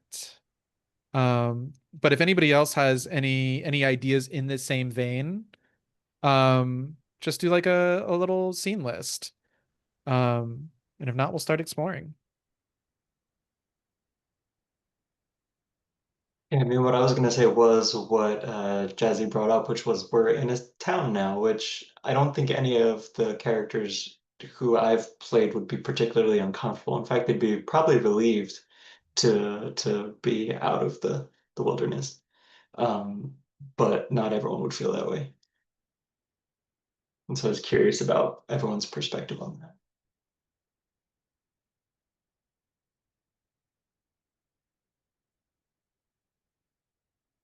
I don't think it would bother Adramir, but if he were let in on the hexed information, he could probably come up with a an excuse for physical examinations for health and safety reasons. I don't know if if there's an interesting angle there, but that could be a way for camp security to uh, wouldn't get away with it that often, but Yeah, what if it's like because we're in this new town and like everything is so tense, what if it's a like, we are going to check everyone so that we're not like bringing disease with us or something like that, but like the medic knows that this is like maybe this is between the marshal and the medic, where the marshal's like, "Hey, I'm gonna, you know, give this order to make sure that everybody stays healthy, blah blah blah, but what I really want you to do is look for these signs of hexes. And if there's like, anybody acting suspicious, anything that you see, you let me know."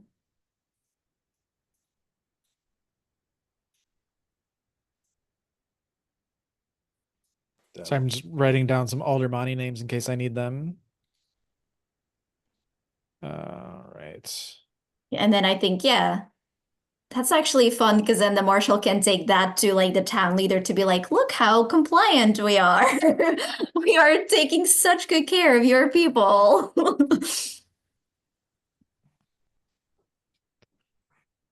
Awesome. Um, Fill me on the Marshall's plan again. Um, so the marshal is I guess has two plans now. So one is to have the medic like examine people to make sure that they're not hexed. And the second part of that plan is basically I want to go to the mayor, leader, whatever this town has, and kind of like smooth over this tension. Basically, um, like reassure them that we are not there to rob them. Obviously, like not spell it out like that, but like do a very much like, oh, I appreciate your hospitality.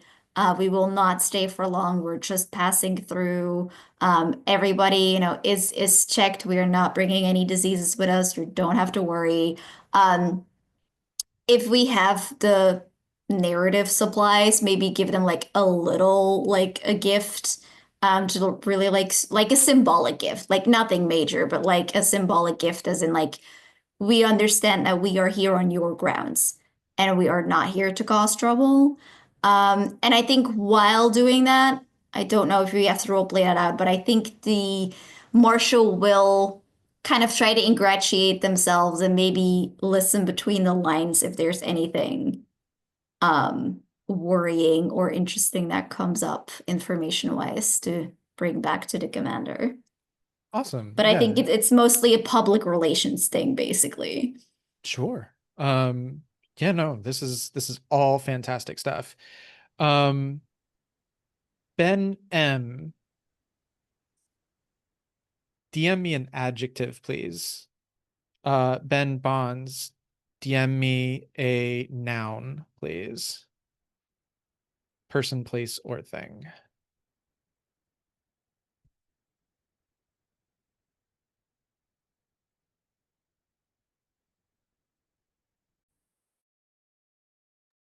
The adjective. Okay, got it. Yes. I, yeah.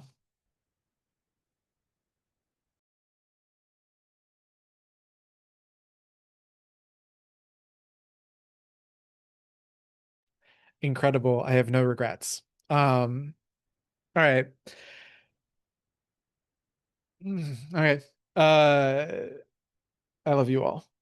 Um, on the topic of meeting with the elders, Marshall, um, what we see is as the camp is getting set up, or maybe it's been after the first night in town, and sort of getting your feet underneath you. Actually, it's probably while camp is still getting set up because you're invading their space? Question mark. Um, I mean, we are fully pretending like we were invited. Like it's that politeness judo of thanking them for their hospitality so that if they say get the fuck out, they're kind of sure. like, yeah. Yeah, sure. And you guys were slash are mercenaries employed by the Barton General to fight this war. Mhm. It went poorly, but it's still going on. There hasn't been a ceasefire signed. So you are technically in Aldermark lands, or in Aldermark on official business for which an army was given permission to pass through their lands. Mhm. You technically are legally, right to be here, and I don't think the Fourth Amendment exists in Aldermark yet. Um, so you can be here. But what's legal is not always what people like. So Exactly. So we yeah, are trying to smooth it over a bit. Make them feel like this was their choice and they're helping out. They're being very honorable. They're being very hospitable. Like, like we appreciate their great charity, like all of that, so that if they kick us out, it looks bad on them. yeah, absolutely. So Marshall, you send out probably at least Silver Surging Tide, a scout, just to find the elders, right? Find out who's Mhm. who's running this town. Um, and you might send them out with a squad that's very in tune for the Legion, squad, specialist and squad.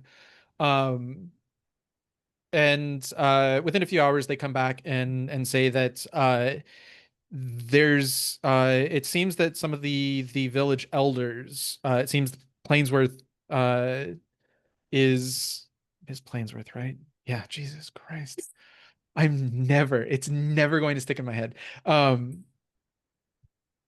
That's Uh, its official name. Plainsworth. It's Plainsworth, right? no, it is Plainsworth. It is Plainsworth. It's not Plainsmouth. It's Plainsworth. Oh God. They come back to you in a few hours. When after the camp is all set up, and say they've noticed village elders going into a tavern called the Glistening Boar. Incredible. Yeah, then the marshal will go there too. Fantastic. Are you taking a guard with you? Uh, I will take a guard with me. And I think if it's interesting, maybe our spy master is also around, or like a spy is also kind of like in the shadows, just in case this doesn't go very well. Like one of the, I imagine like we see kind of that establishing shot of the tavern, and like one person is already sitting there and they look completely inconspicuous, and then the camera just lingers on them a second too long, so we're clued in that they're not just anybody, but then the camera switches away. I mean, that does sound like some bored as shit, mostly because Nika, or not Nika, Leah is recuperating at the moment. Hmm. Although maybe Leah is just, enjoying a nice drink at the bar. That's what I was thinking. I was Maybe. thinking Bortus is busy expanding our network. He's out there, he's making connections, but Leah has some time to kill. There you go. Yeah, Leah has some time off, and might be there in case she needs to be played. Yeah, She throws also the winning prefers hand on the. she prefers deep cover, so she's fine you know, being inconspicuous. She's used to it. Fantastic. Um, and yeah, so Marshall, you pop in. Um, Anybody can feel free to play anyone, and just assume the marshal brought you along for, at least a bodyguard. Yeah, I Um, think it's like that subtle thing where it's a little bit of display of power to be like, do keep in mind that maybe you don't want to fuck with us, but like too few people to come across as aggressive. It's like I think the marshal is like striking that perfect balance of like, this is a normal like guard to have with me. I'm just being cautious, but they're like decked out, maybe like just a little. Like we again, I think like sort of get those camera shots on the weapons, like not aggressive, but very much like do keep in mind the power we have. yeah. Um, Paint the scene just really quickly. I'll take like the first two responses, but um Plainsworth has been trying to keep the realities of the war hidden from the youngest people, the children. Um, what scenes or vignettes do we see of the fact that their lives are sheltered from the reality of what's going on miles to the southwest?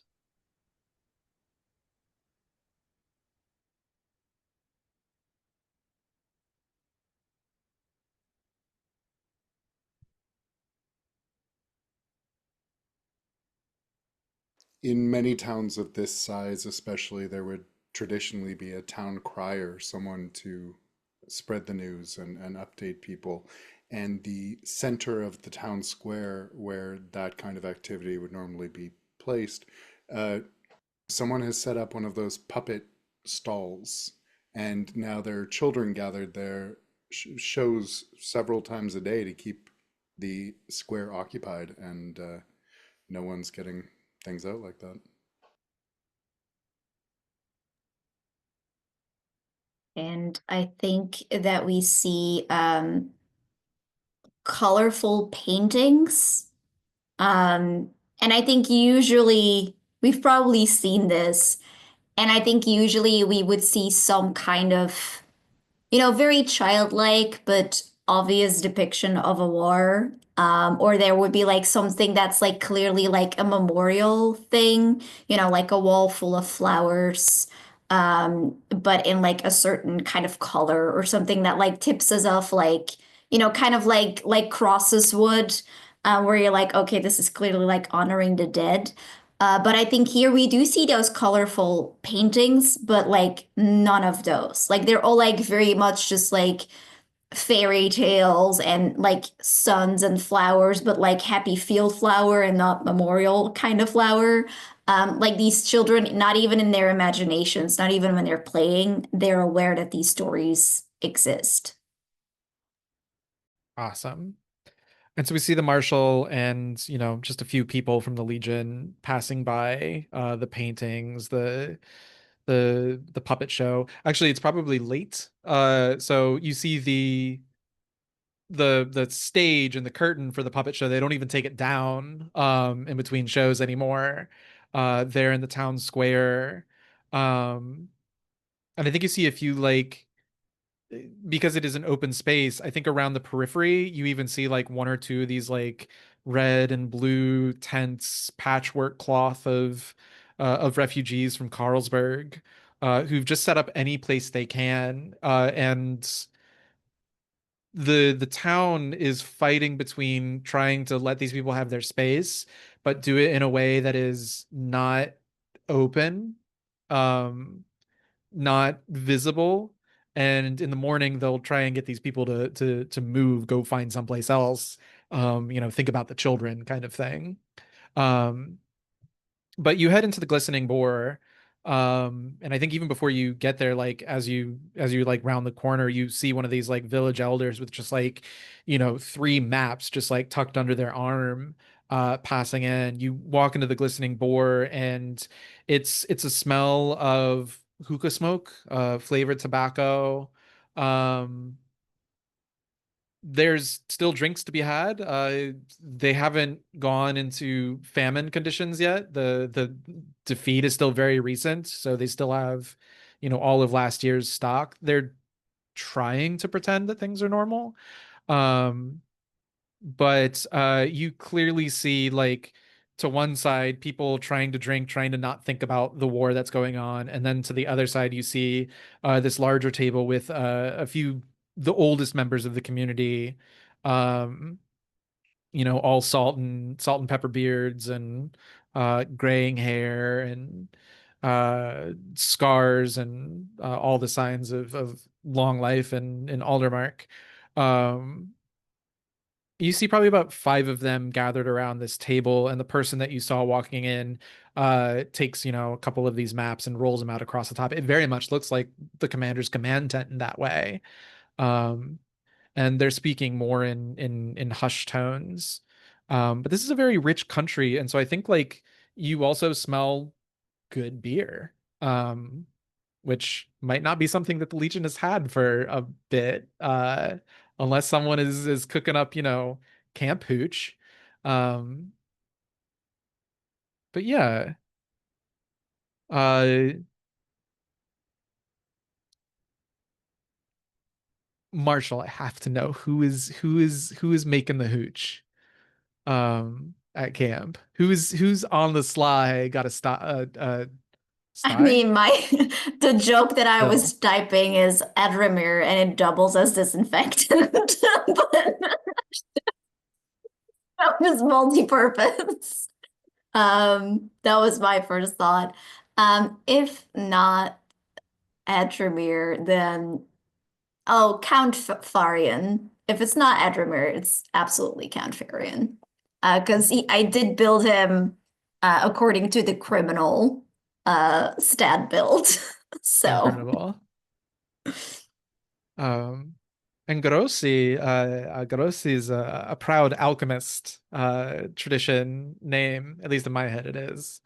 Um, in my game, Blighter doesn't canonically have a last name, but her last name was Grossi in my game, so Grossi is they're alchemists in my head. Anyways, um, yeah, so the oldest or the longest beard of the Aldermani, looks up at you all. He says, the Legion is here. I'm Peter Bruckner. I'm one of the elders here. It's good to see uh it's good to see more soldiers. Tell me, how goes the war? I think there's a smile and then I think a very diplomatic answer, something like it is not finished until the end or something like that, right? That's basically like some kind of non-answer, like we're still going. But it ain't good, is it? Yeah, exactly. Like I'm not saying it's good. I'm just saying we're doing it. But I think it's like that cookie cutter PR answer. No, fantastic. Yeah, and the elders, their faces just kind of like darken at that news. Um, he And I said, think the Starosta, she will of course introduce herself, and then I think she will put a little box on the table, and I think it's a box of children's toys because the children are clearly very important to them. Um, my dark thought is we're not going to think about where they got those. But yeah, I think it's like she will put that on the table as a little gift. And she will say, for the children of the town. May they see a bright future. you get a sort of curt nod.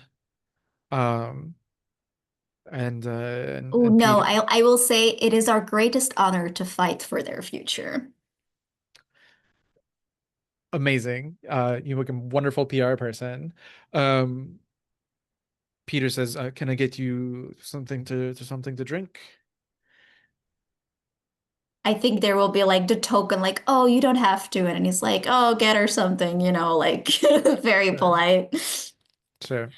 A round of a cold foamy beer brought around for everyone. Um, how long is the Legion planning on staying in Plainsworth? We are merely recuperating. It should not be too long. I Once I have see. a more definitive answer, you will hear from me. I see. That's a shame. Is that so? We were hoping you would make a defensive here. I am afraid our end goal is somewhere else. But where we might help today, we shall. Good. This is Thomas Franz, Rosa Schmidt. Together, you could say we run this small village, but right now, it's hard to say anything is running, I suppose. Limping, more like. Uh,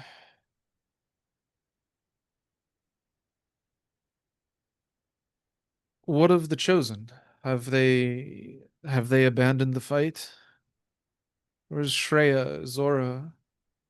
I heard they went to the west as well. That is all I know of it too. But the Hornet one is with us. We are not abandoned. The Horned One. Oof. Panyar. Their gods are so different, so strange. Do you believe in the gods? Starosta, you introduced yourself, right? Yeah, of Yeah. course, of course. Do you believe in the gods, Starosta? Would I know how religious these people are? Because she's basically gonna give the answer they want. Not the answer Uh, that's true. um, how so Aldermark and Or do have like trade agreements going on. Mhm. So I think it's fair to say you would know.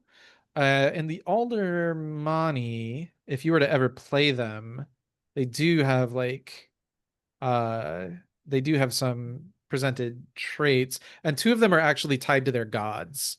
Mhm. Um Generally speaking, uh the Aldermani, I mean, most people are religious to some degree.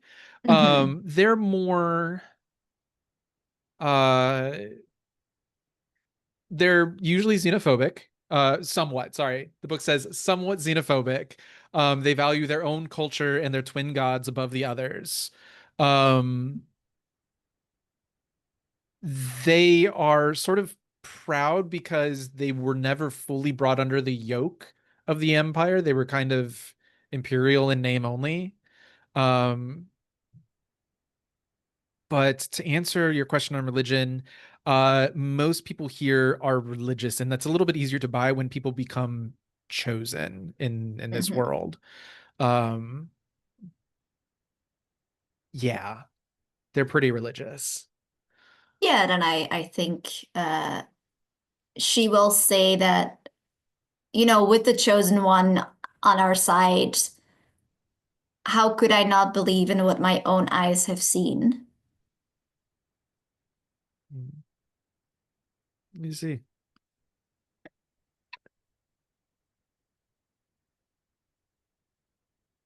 What about,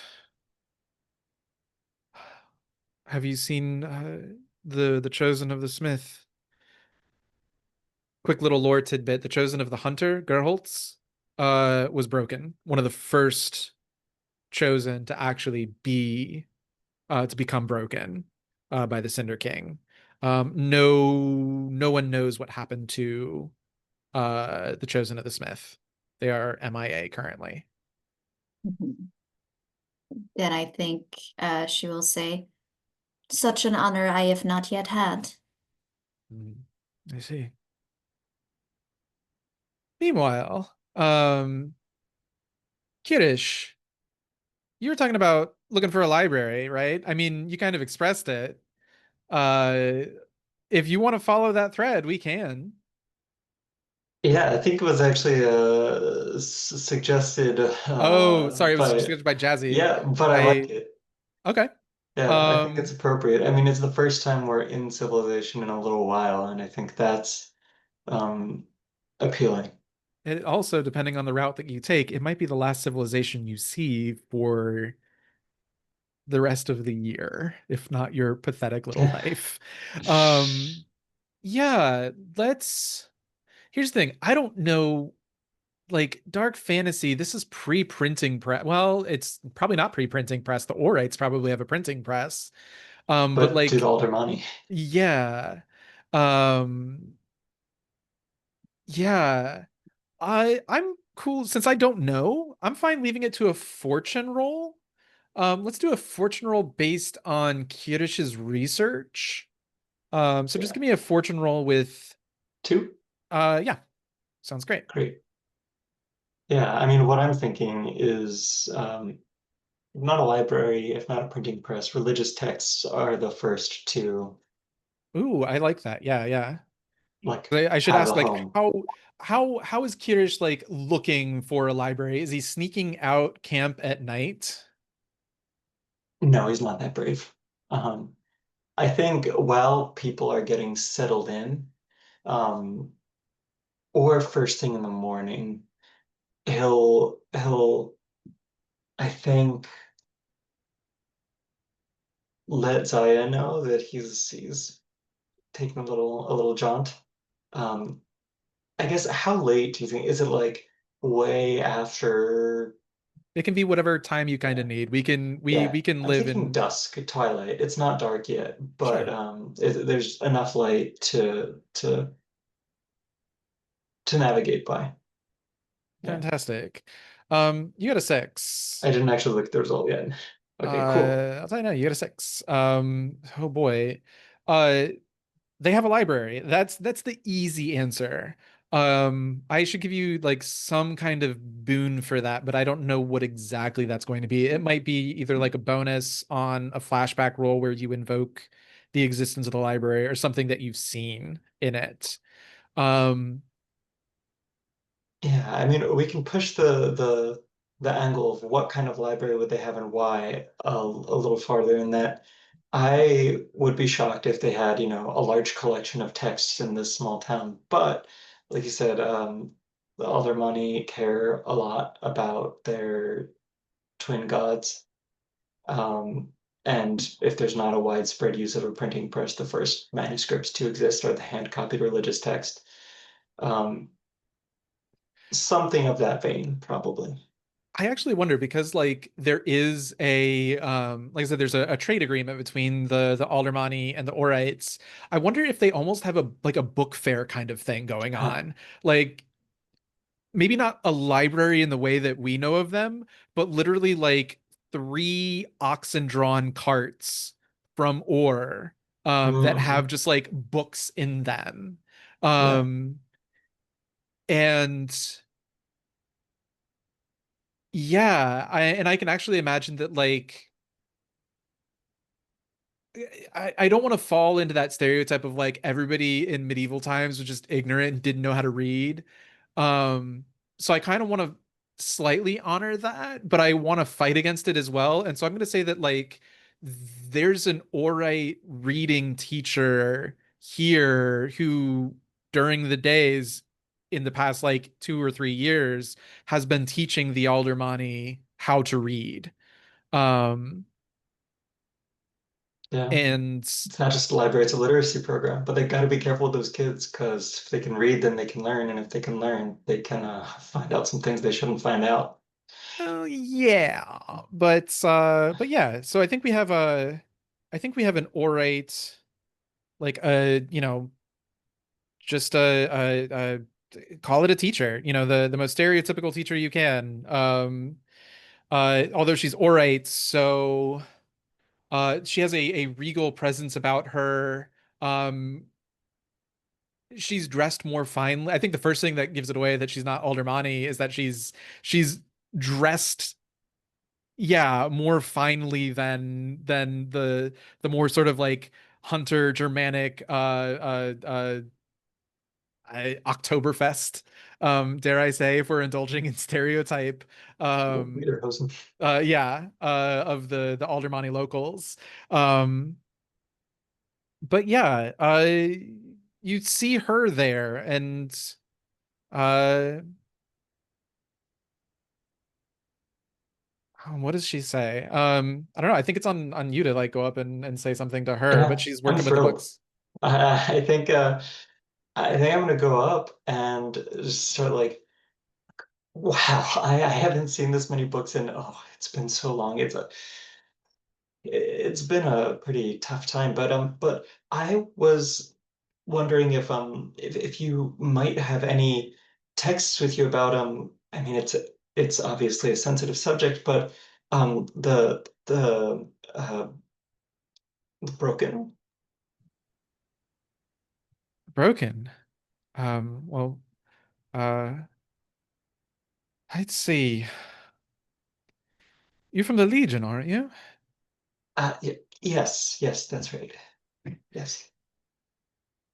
The annals might have some more information than I could scrounge up, but the Broken are so new.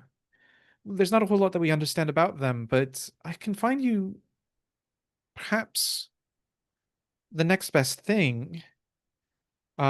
She goes back around um the side of the cart, and you see her, you hear more like the rummaging of stuff as she goes digging through her things. No, not that. No, not that. That's fantasy. Who reads that these days? um she pulls out three little books. One is about theoretical effects of the what exactly the effect of the breaking of the moon, the shattering of the moon will have. Early Orite, studies on that, what they've observed so far, natural phenomena, things like that. Um, she gives you a book probably on the history of the Dar, because the Dar land itself was broken centuries ago. And that might have something to do with the breaking. And then uh a text that she holds on to, and she goes, "Are you sure you're supposed to have this? You look quite young for a soldier." I am a member of the Legion. I'm, to be But honest, not the best suited for she battle, but like she like grabs a bit of your fatigues and she like kind of holds them up just to sort of demonstrate how baggy they are on you. 'Cause you don't quite fit even your outfit here.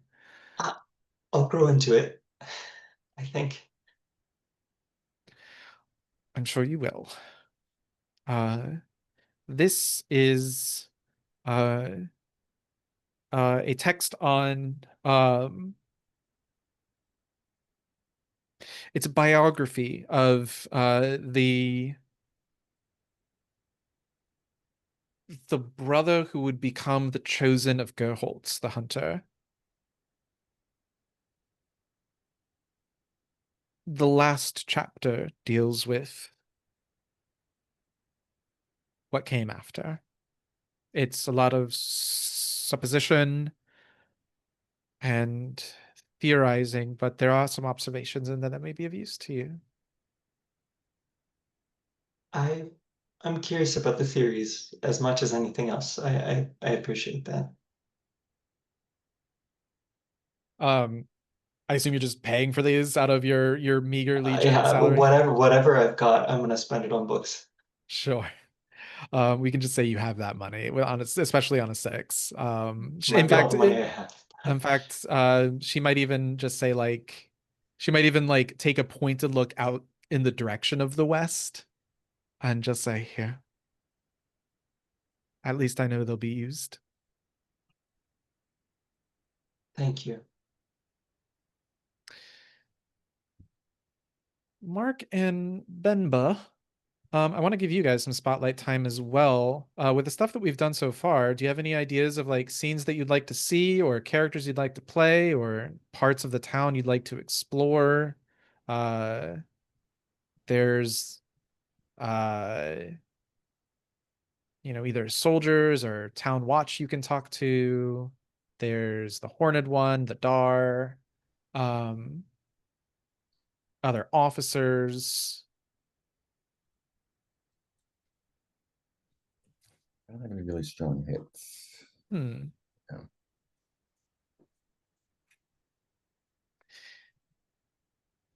Let's see. Quartermaster. Do you know somebody's making camp hooch? Absolutely, yeah. I feel like I used to live not down the street necessarily, but when I went to the grocery store, the grocery store that my family went to was literally on the shadow of a distillery. It is hard to mask the smell of distillation going on is my understanding. Um that is true. Corpses do mask the smell of distillery. Uh do you have any ideas? So your medic was also sort of put up as the idea of somebody who might be doing it. Do you have any other thoughts as to who might be brewing the camp hooch? Ooh. I think perhaps there's more than just an idea. Liberty involves a few days of good food and drink being Ah, provided. So I think this is, he's not going to say to the commander or the marshal who it is, but he has a source. And yeah, they're in camp. oh, that's right. And Ferry and Garossi is connected. So yeah, that could be that could be part of this game. Um, are you supplying the grain or whatever is necessary to produce this? Yeah, it doesn't come from our food stores, of course, but sometimes when grain is being transferred, some of it spills out into the bottom of a cart, and Yeah. You can't really eat that. You got to use it for something. Yeah, it's 5 second exactly. rule, right? Um, yeah, so wait, now who do you think the source is? Or is it 110% Adramir? Who do I think it is? I'd be open to any suggestions. Yeah, I could see Adramir. If not, then I could Hmm. then Farian could be the one that's actually The that is actually like absolute twist brewing. is it's gray stalking root. That's a twist of the century. Talk about shine. That's some of that forest, cut a hole in a tree and let it ferment kind of Yeah, shine. I mean, that could be fun. Panyar shine just feels like it's different. Yeah, yeah. Maybe it's maybe it's a Panyar operation. I Like, can do that. Ooh. Yeah. Okay. Gray stalking root. Tell me a little bit more about this process. If you're willing to say yes, that's what's Absolutely. happening. Yeah, and I think it's, I mean, since it's Silver and I who are the Panyar reps here, there's probably a lot of taking trips outside the wall, going into the woods, scouting, um, and all that. And that's ample opportunity to um, visit That other locations. that is a good point. You'll only be staying like a few weeks in each location, sometimes if that. So is this a place like when you move, you just set up a new operation, and when you leave, you just grab whatever you have, and that's like your Yeah, like stock? stacks of mash or whatever. There's not a complicated still or anything. It's just water Yeah. sacks that, Um, that hang it on a tree somewhere up high. how did this last batch go? Great question. We can leave it to a fortune roll if you want to put dice on the table, or we can just say, it went however. um, it went great, fantastic. It went fucking fantastic. The sixes That's too continue. clever. The sixes continue. If you had any stress to remove, I would say you can remove it, but we're just gonna say that that's part of the liberty then. Um, yeah, Quartermaster and Gray, like who all like do you share this like I don't know, help me like paint this scene or set this scene up, like who all's in this sort of like inner circle of like the best stuff, who's getting it, the sly drink, and who also are you hiding it from? I feel like the marshal and the commander can't be in the know, right? Not officially anyway. Um, Yeah. yeah, I feel like I probably like go out and do the brewing and then sneak it back in and it's directly to the quartermaster to figure out distribution. That's not my deal. I'm just here for the art. who Great, who taught you, like, is this a family thing? Is this a thing you Yeah, did before you yeah, were a soldier? yeah, definitely a family thing. Is it a holy thing in the same way that, like, Christians, Catholicism have wine? There is a thing in our world called moonshine. It is. There is a Panyar god of the moon, or there was. Yeah. um is this a holy Hmm. thing? Um, Interesting. Maybe not consciously, but probably yes. Okay. Yeah, bringing keeping the light of the moon alive in underground kind of way. Interesting. All right. And that's why we when it's brewed, we take the sacks like and like haul it up into the branches of a tree, both for keep it away from prying eyes and animals, but also like that's where the moon would have been to shine its light on it. Awesome. I love that.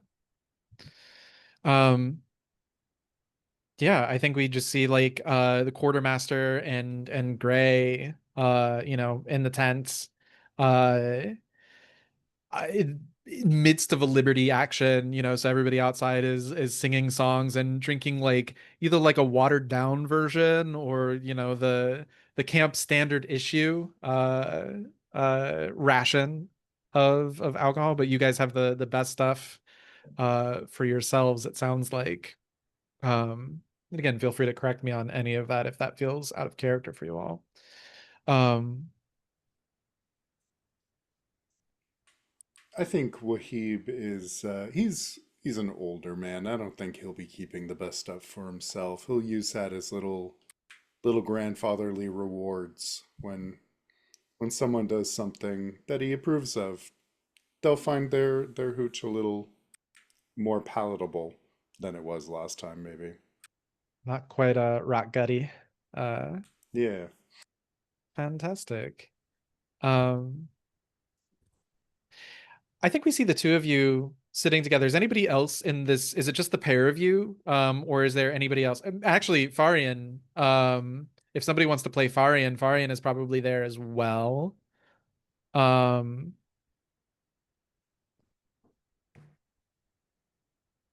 but is anybody else involved?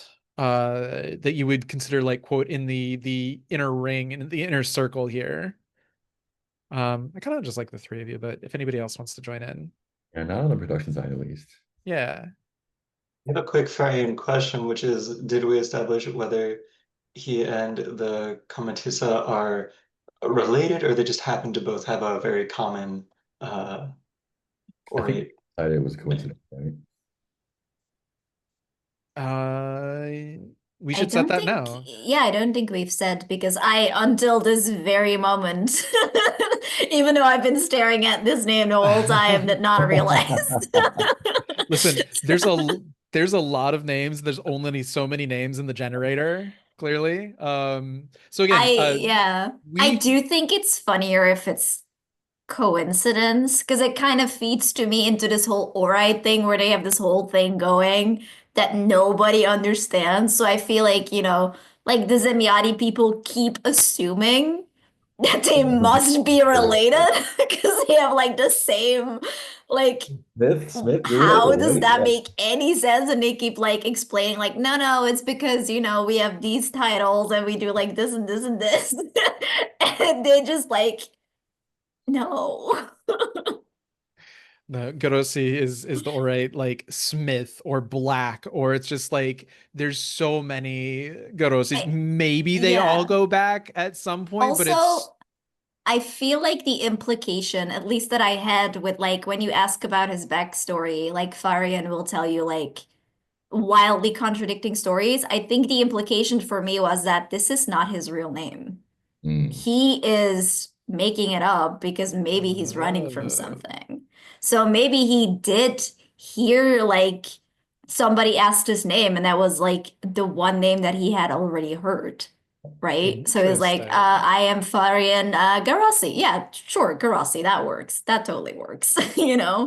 Like maybe it was that kind of vibe where it was just a name that he had ready when he needed it. Interesting. There might be a story there to follow up on. But for now, would anybody like so Varian hasn't been played yet. Right now we've got Wahib and Gray Stalking Root, possibly Silver Surging Tide, if this is a Panyar thing going on. Also, Jazzy, you might have been AFK when we talked about this. I asked Mark if because in our world there's a thing called moonshine, of course. Um and I was wondering if, in the same way that wine is this sort of sacred thing to Christians, or some Christians, Catholics at least, um, even though I was Methodist and we still did it, uh, if the brewing of this alcohol is at least a semi-spiritual exercise. Um, because certainly you can drink wine for whatever the hell reasons you want, but there is a spiritual connotation to it in some contexts. So there's a door open if Silver Surging Tide wants to be involved in this process, but it's up to you. Um, but in any case, so Gray, Wahib, and Farian are in a tent when the Dar, I think, when one of them comes into the quartermaster's tent. Um, and asks for something that would be like an alchemical reagent. Let's call it like troll's blood maybe doesn't exactly like um let's call it gold powder, like actually like literally powdered gold. A common reagent in the sense that it is used in a lot of alchemy, but it is gold dust, so it is probably uh it is still a precious metal, or is made from the precious metal, so it might not be something that you have on hand. Um, but he asks if you happen to have any.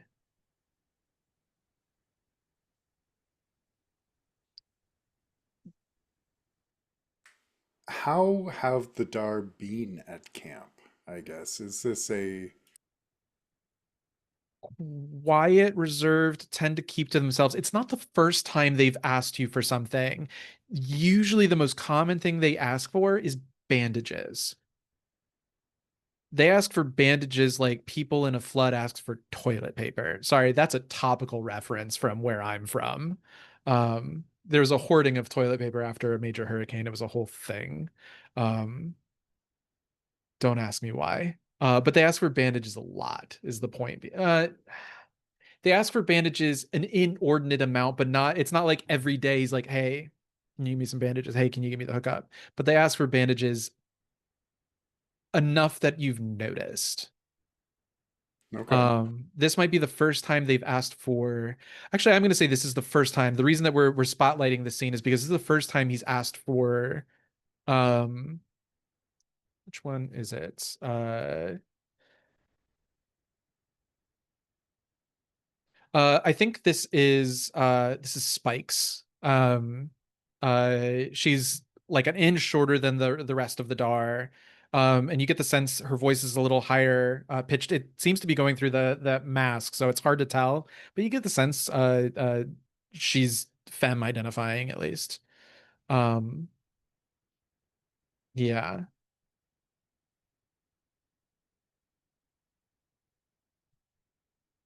He'll smile and look a little. He's a patient man, and so he'll lean over the table where he does his bookkeeping and whatnot, and say, and this is on top of the bandages, or no?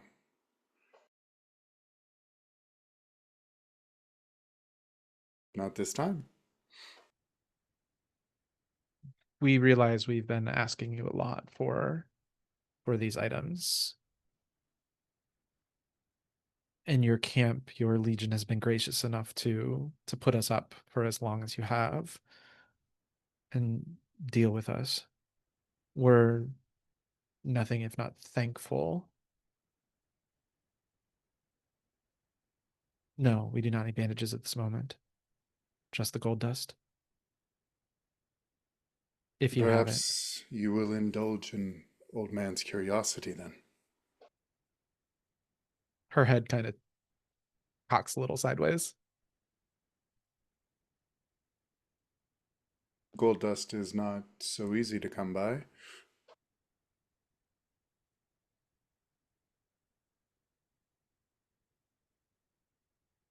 Bela is dying.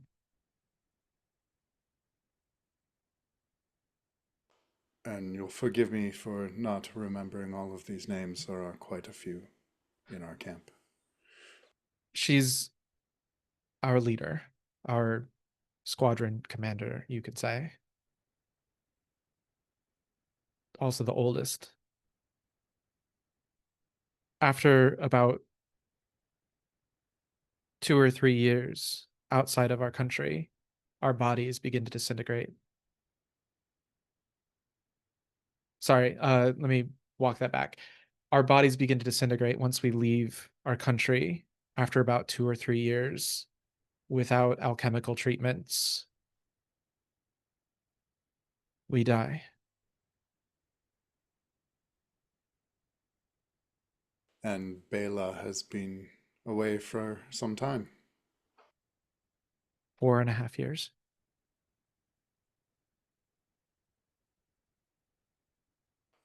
The gold dust prolongs her life. Eases her pain. Hmm. It might also be able to prolong her life, but after the god of alchemy was broken, we haven't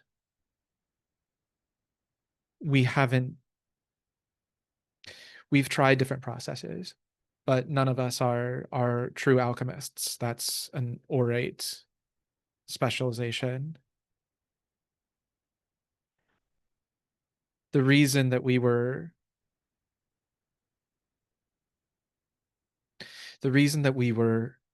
in the location that your legion found us is because we were going to attempt to use cinder blood to prolong our lives. Friendly reminder, cinder blood is what made those guys turn into giants. Cinder blood is very commonly, it's also, by the way, what is used to animate the gaunt. You would have probably noticed this by now, but anytime you've encountered and killed the gaunt, they also have that same sort of like orange blood, uh, sort of more oozy than blood and definitely orange. And you don't want to, I mean, it's not as corrupting as any of Blighter's shit, but it's probably not something you want injected into your veins. Would we have, or that didn't have anything to do with the dead dying, oh, the dead Dar, did it? The dead Dar that you encountered during the mission were killed in combat. Okay, yeah. Yeah, they did not die of natural causes. Right. That wasn't like the failed experiment either, so, or the failed test of the cinder blood. No, Okay. the cinder blood that you were there, based on reports from the owls, is that they were using, you actually stumbled across a facility where they create and train the heartless, is what that was. They had hidden themselves there and were planning on experimenting, but I don't think they ever got around to doing it. Or if they did, Spikes is not going to tell you about it. Fair enough. Yeah. He'll look at her for a long moment before saying, I will get this for you. Thank you, Quartermaster. If there is anything our medic can do to assist, I'm sure he would be happy to help. Unless your medic is an alchemist, I'm not sure there's anything.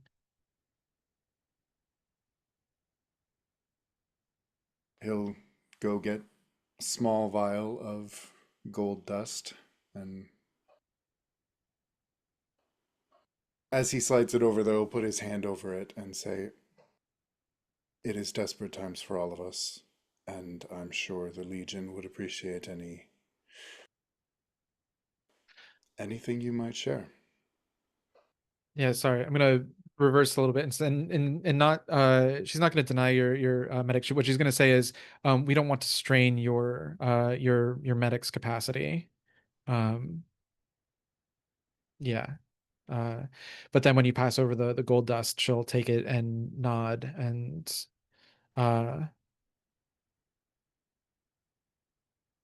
thank you. And I think she will leave. Gray, do you want to, you were there the whole time. How do you feel about the Dar? I think they're intriguing. They're almost like, I mean, they're clearly human, but they've got this alien feel to them, right? And I think Greg can't quite make out what their deal is, and that's really intriguing. I think there's a lot of watching and listening. Fantastic. We actually did make it to time. So we have a few minutes left. If anybody has any scenes, we have Peter Bruckner and the Marshal. We have not Kyrian. We have Kirish. Kirish and the Orate. And we've got Gray and Wahib in the quartermaster's tent. Does anybody else have anything they want or need from their scenes, or we can just kind of wrap it up and zoom on out and I'll generate some new missions. All right. Unless there's like some information or something useful to be got from the elders, I think it's just a PR thing. Yeah, Yeah. Awesome. valid. And I'm not gonna uh let's just for funsies, let's you haven't rolled anything yet today, have you, Jazzy? I have not watched me get the first The one of the day. I mean, we've had a 1 to 3. Yeah, give me just a 2 die fortune roll for the marshal. Actually, let me take a look at the marshal really quickly. Because you're orate, I am. protective, bold, fierce, stylish, and crisp. Hmm. Are you leveraging your stylishness and crispness in how you present yourself to the Aldermani? Sure. Yeah. What does that look like? I think it's just, yeah, like in the presentation of like how we arrived here. And I think it's that vibe of like looking very put together, like even though the hell we've been going through, I think you wouldn't be able to say if you just looked at the Marshal. And I think there's also like just a very like charming quality to her. And I think maybe like if there are like some kids that are running around, she will like, I think maybe we see one like a kid kind of like stare up and being like very impressed because like that looks like out of a tale. Like this very uh I don't know if they like do like ribbons of whatever like titles you have, but there might be like these stylish like sashes things going on or like something clipped on. Yeah, I like to think that they do for like ceremony, but they don't usually.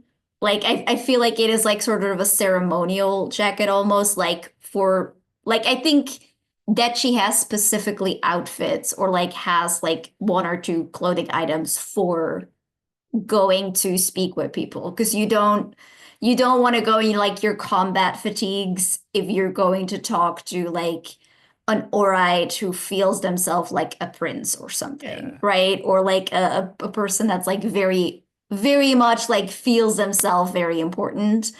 You want to sort of meet them halfway, like you're so important that I dressed up for you, right? Like Yeah. that's, I think, the vibe that she's giving. Yeah, so this is gonna be I still think keeping it at just a 2 die fortune roll. Just for now. But yeah, go ahead and give me a 2 die fortune roll. And this is just kind of like a mood or a vibe check with how the Legion conducts itself in the presence of these folks. A 5. Um a success with a complication. So you're not your presence isn't celebrated. You don't ingratiate yourself. They're not throwing themselves at your feet, but nor are they kicking you out of the glistening boar. um Enough. yeah.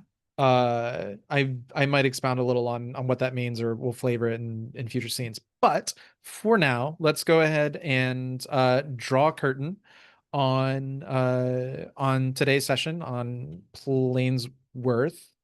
Um and move into some stars and wishes. Stars, the things you liked, wishes you want to see in the next couple of sessions, or at least while we're in Plainsworth, or future locations. Whoever wants to go.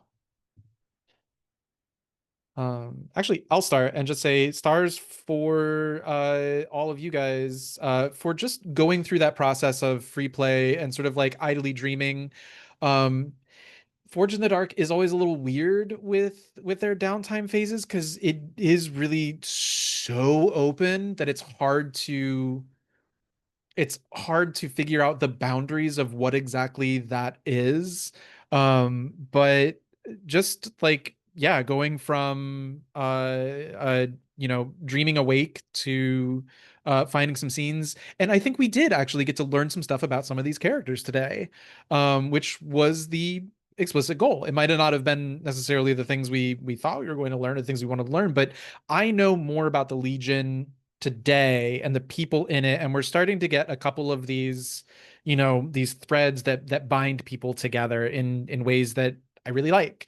So I loved the idea of Kirish going and looking for a library, and we found some stuff when we developed the world. I loved the Marshall, just that little bit at the end about like explaining about like taking a couple of those single word descriptors and actually beginning to build them out a little bit. Um, I liked the little scene with Spikes and Wahib. Um, and just having that conversation that we all kind of did about the significance of alcohol in the Legion. It seems like such a silly little thing, but it's these sessions are for the silly little things. And to me, that makes the mission phases then it gives us that thing to do that's the other side of the coin, the counter side. So uh, that's what I've got for stars. Wishes. Um, I definitely wish that I mean, I know the special mission that's coming up, so I definitely hope my wish is that you guys have fun with Voyez Karayevich, because he's fun.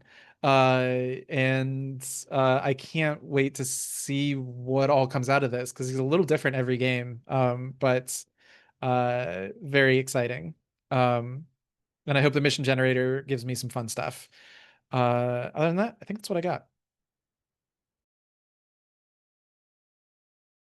I can go.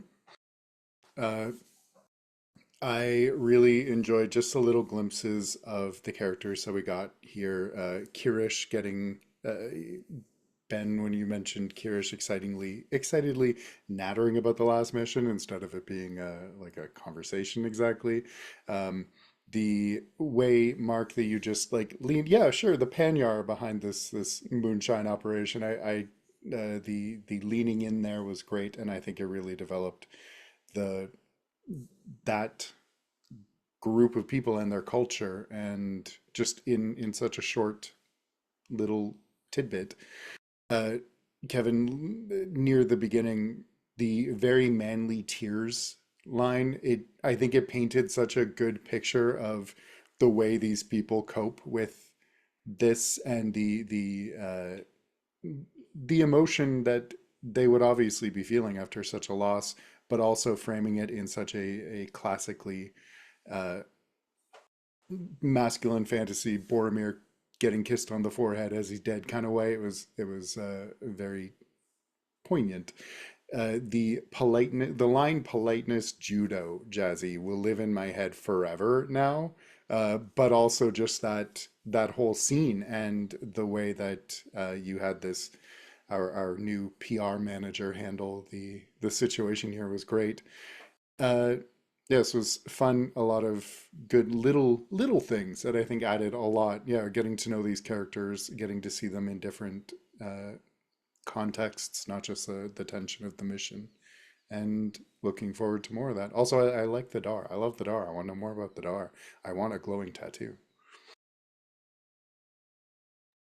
Yeah, also a star on the just like I feel like because the campaign phase is so mechanized, it's easy to fully separate it from character, but I think it's just like these little scenes throughout today's session really told us, okay, sure, we're making these mechanical meta decisions, but also this is something that we can play into as as a character, why is Wahid making this call about the grain?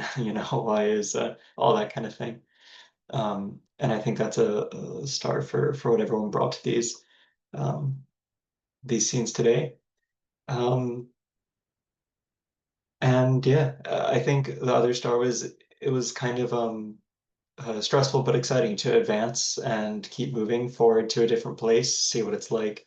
The time pressure, I'm still not entirely sure what the stakes are, but they feel high just because I don't know what the stakes are.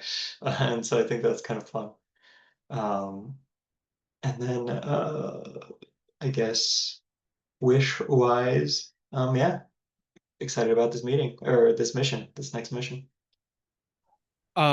Quick note on time and pressure.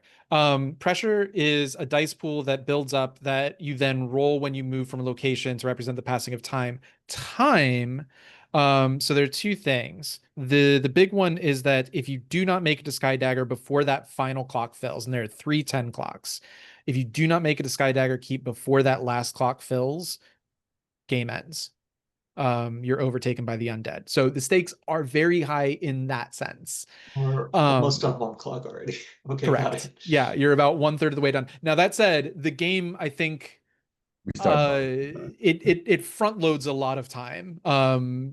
So, and there are ways to lose it. That first time gain is incredibly scary, even to me. So you have more time than you think, but you still don't have enough. You can't really linger someplace indefinitely. But at the end of every clock, every single clock, I get to give the broken a new ability. That ability can be anything from a new form of undead that I add to them, or it can be things like Breaker has one where it's just like you lose 3 units of time. Just period. It's a one-off. Let me pull up his. The commander adds 3 ticks to the time clock, and it's just a one-off thing. But it can also be things like render from now till the end of the game, all assault mission engagement rolls take -1 dice. They can be seriously friggin' brutal if that's the type of game I want to play. We'll see. So that is the 2 kind of ways that the time clocks function, on top of just being, narrative. We're about to move into autumn soon, but yeah, does that answer that question? Yeah, I guess that's my other wish. So I'm looking forward to seeing the leaves change. There you go. Yeah, stars, like y'all said, to everyone for the just all the little moments of connection that add up were really great. It felt, yeah, I really enjoyed downtime in Blades because it feels like everyone gets some stuff to do, and they're all little story prompts that you can like bounce off of to get a lot of role playing in. It feels like it's a lot harder in this one. I think Band of Blades gives you a lot less to go on as individual characters, but I think we did a good job of kind of like getting the scene of the whole Legion together and kind of zooming in on those details. And I think all of y'all did a really great job at that. The crows, man, spooky. Yeah, and I like that there's opportunities to do the kind of like role play things. Like we're gonna shoot down all the crows that don't necessarily have an effect, but are just like, that sounds like something that a stoic commander would do. Like, we're gonna burn down all the trees and kill all the crows. They'll be fine. Yeah, so just enjoyed everyone's everything. Wishes. I'm curious to see what the missions look like around here, and I don't know if they impact on the town at all, either during mission time or when we come back to the next campaign phase. So yeah. Yeah, stars. As I mentioned, thank you everyone for indulging me in just like rambling, like, I don't know, these are maybe scenes we can have. And then just like randomly putting things in a chat like, oh, Kirish is looking for a library, and it's totally our Panyar sniper who's doing the hooch making. That was really fun to see everybody be like, yeah, why not actually? And I think yeah, then like everybody like running with that and like making these really interesting characterizations. I think this is like one of those games that lends itself a bit more to like talking about role playing rather than role playing. I feel like there's a lot of like explaining what my character would do rather than like having that scene necessarily, which is not a bad thing. It's just like because I'm more used to doing like the immersive, like we're in the scene and that's what we're doing. It takes a little for my brain to be like, no, we can just like say what these characters do. And it doesn't have to like be the whole scene. Like there doesn't need to be a super clean like setup and like all of that. Like you can just say like, oh, Silver Surging Tide is uncomfortable in the city and she does this and this and this and that about it. Like I feel like my brain at first, when asked for scenes, was like, how do I set that up, right? Like, how do we get to her in dialogue saying this to someone? And I think as soon as I kind of got over that, it made it a lot easier. I think it's also because you have relatively many characters that anybody can play, it does make it a little bit more like when you're asked for what scenes do you want to see, it's like, do I want to scene with Farian? Do I want to be the one who like gets to play him the first time? Like there's like a little bit more, I feel like decision making to do there. So I feel like it's going to probably go easier once we kind of settle on these are the people that we like. But on that note, I really appreciated Gray stalking Root going to Zaya for that conversation. That was really fun to sort of see her again and I loved how they just instantly vibed because they're both like people who speak in like 2 word sentences. And they were just like, hey, how you feel if you're gonna die? Bestie, that's just what life is. Like, that was really fun to me to just see them vibe like that. And interesting like what mechanically that might do for specializations and stuff if she becomes a soldier. Um Kirish death flagging himself by going, "Oh, I'll grow into it" with the with the fatigues is like, oh no, you're so dead, you're so dead, and I'm so scared, and I'm gonna be so sad about it. I just love the way you've been playing him, just an absolute cutie who is 100% either gonna die or completely break under the pressure of this. It's just an absolute delight. Ben, a Carter Muster Ben. I love the grandfather vibes. Um, just always fun. And I love that scene with the Dar as well, going like a little bit like tell me why you need it and I will give it to you. But I do need that truth. I thought that was very interesting, where it never felt like, oh, you're gonna leave these people to like to suffer, but you do need like a little bit. Also think it's very funny that they're in on the hooch situation. And that they're like giving it out as little treats to their grandchildren. Just an incredible vibe. Incredible. I love that so much. And yeah, Kevin, I think you did really well, like giving us the space to come up with these scenes and encouraging us to be like, oh, it's okay. You can just like have these thoughts aloud and like just sort of, say these scenes without having to like fully set them up, which definitely put me at ease because I was like, is this what I'm supposed to be doing? Is this what you want from me? So that was nice. Wishes. Yeah, I'm interested to see how the campaign, the campaign phase, no, the mission phase will go now that we know these characters a little bit better, because most likely I kind of assume that the ghosts are going on a second mission, depending on what we have. And I should probably also make another squad to send out on a secondary mission, given that the grinning ravens are fully decimated. Um, so looking forward to smooshing more characters together like little dolls. Yeah. As I'm sure you've noticed, sometimes just name and uh their heritage traits is really all you need if you just want to be done with it. but however much work you want to put into them. Also, yeah, start a Jazzy for putting the work that you put into in the characters that you made so far is absolutely fantastic. Above and beyond. And I love it. And if it brings you joy, please give us more. They're always it's always super fun to see what you do with these. Also feel free to delegate work as well. If you want to be like, hey, you know, every one of you make an Ember Wolf. Um, you can also do that. You can always sorry, this is more of open broadcast. You can always delegate duties.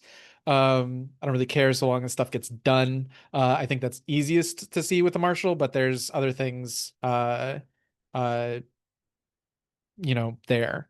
But yeah, like you don't have to fill in like action dots until they're actually being played. Uh but yeah.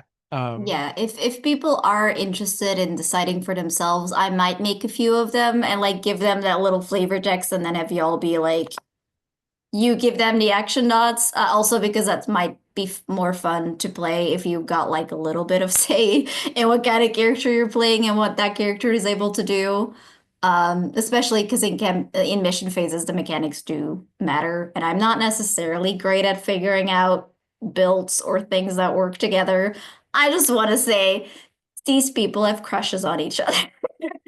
And they're ashamed about it. That's what I'm in. That's why I'm here. Amazing, incredible. Oh yeah.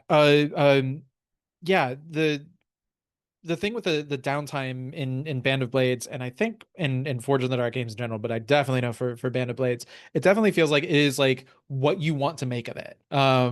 What appeals to you and your table, and as frustrating as it is that like they don't give us like any kind of structure or outline. I think it's on us as a table to figure out like what do we want to do and what do, how much do we want to play out little scenes, things of that. So the way that I tend to operate is like a lot of questions, kind of like it was today. Or like looking at a word on a sheet and being like, hey, expand on that a little bit. Or, hey, we noticed this character trait. Let's, zoom in and develop that a little bit farther. But we're gonna figure that out together. But I believe in us, and especially after today, because I agree. Like even just having a short little vignette of Silver Surging Tide, just like being like, I don't jive with the city. Um, Fantastic. And if people want to explore that further, the door is open there. But I think what we did today, it felt very belonging outside belonging, which uh, I'm starting to play a little bit more of, and so I feel like that has a sort of adjacency here. Um, but yeah, no, I think today went well. We stumbled through it together. I think each time we do it, we'll learn more about these characters. I also do like that it's not like we're done. I don't want to be done learning about setting these things up, and so I like the fact that it's sort of a slow burn question and answer. We learn little things about one or two of the characters, and that's what we need to know.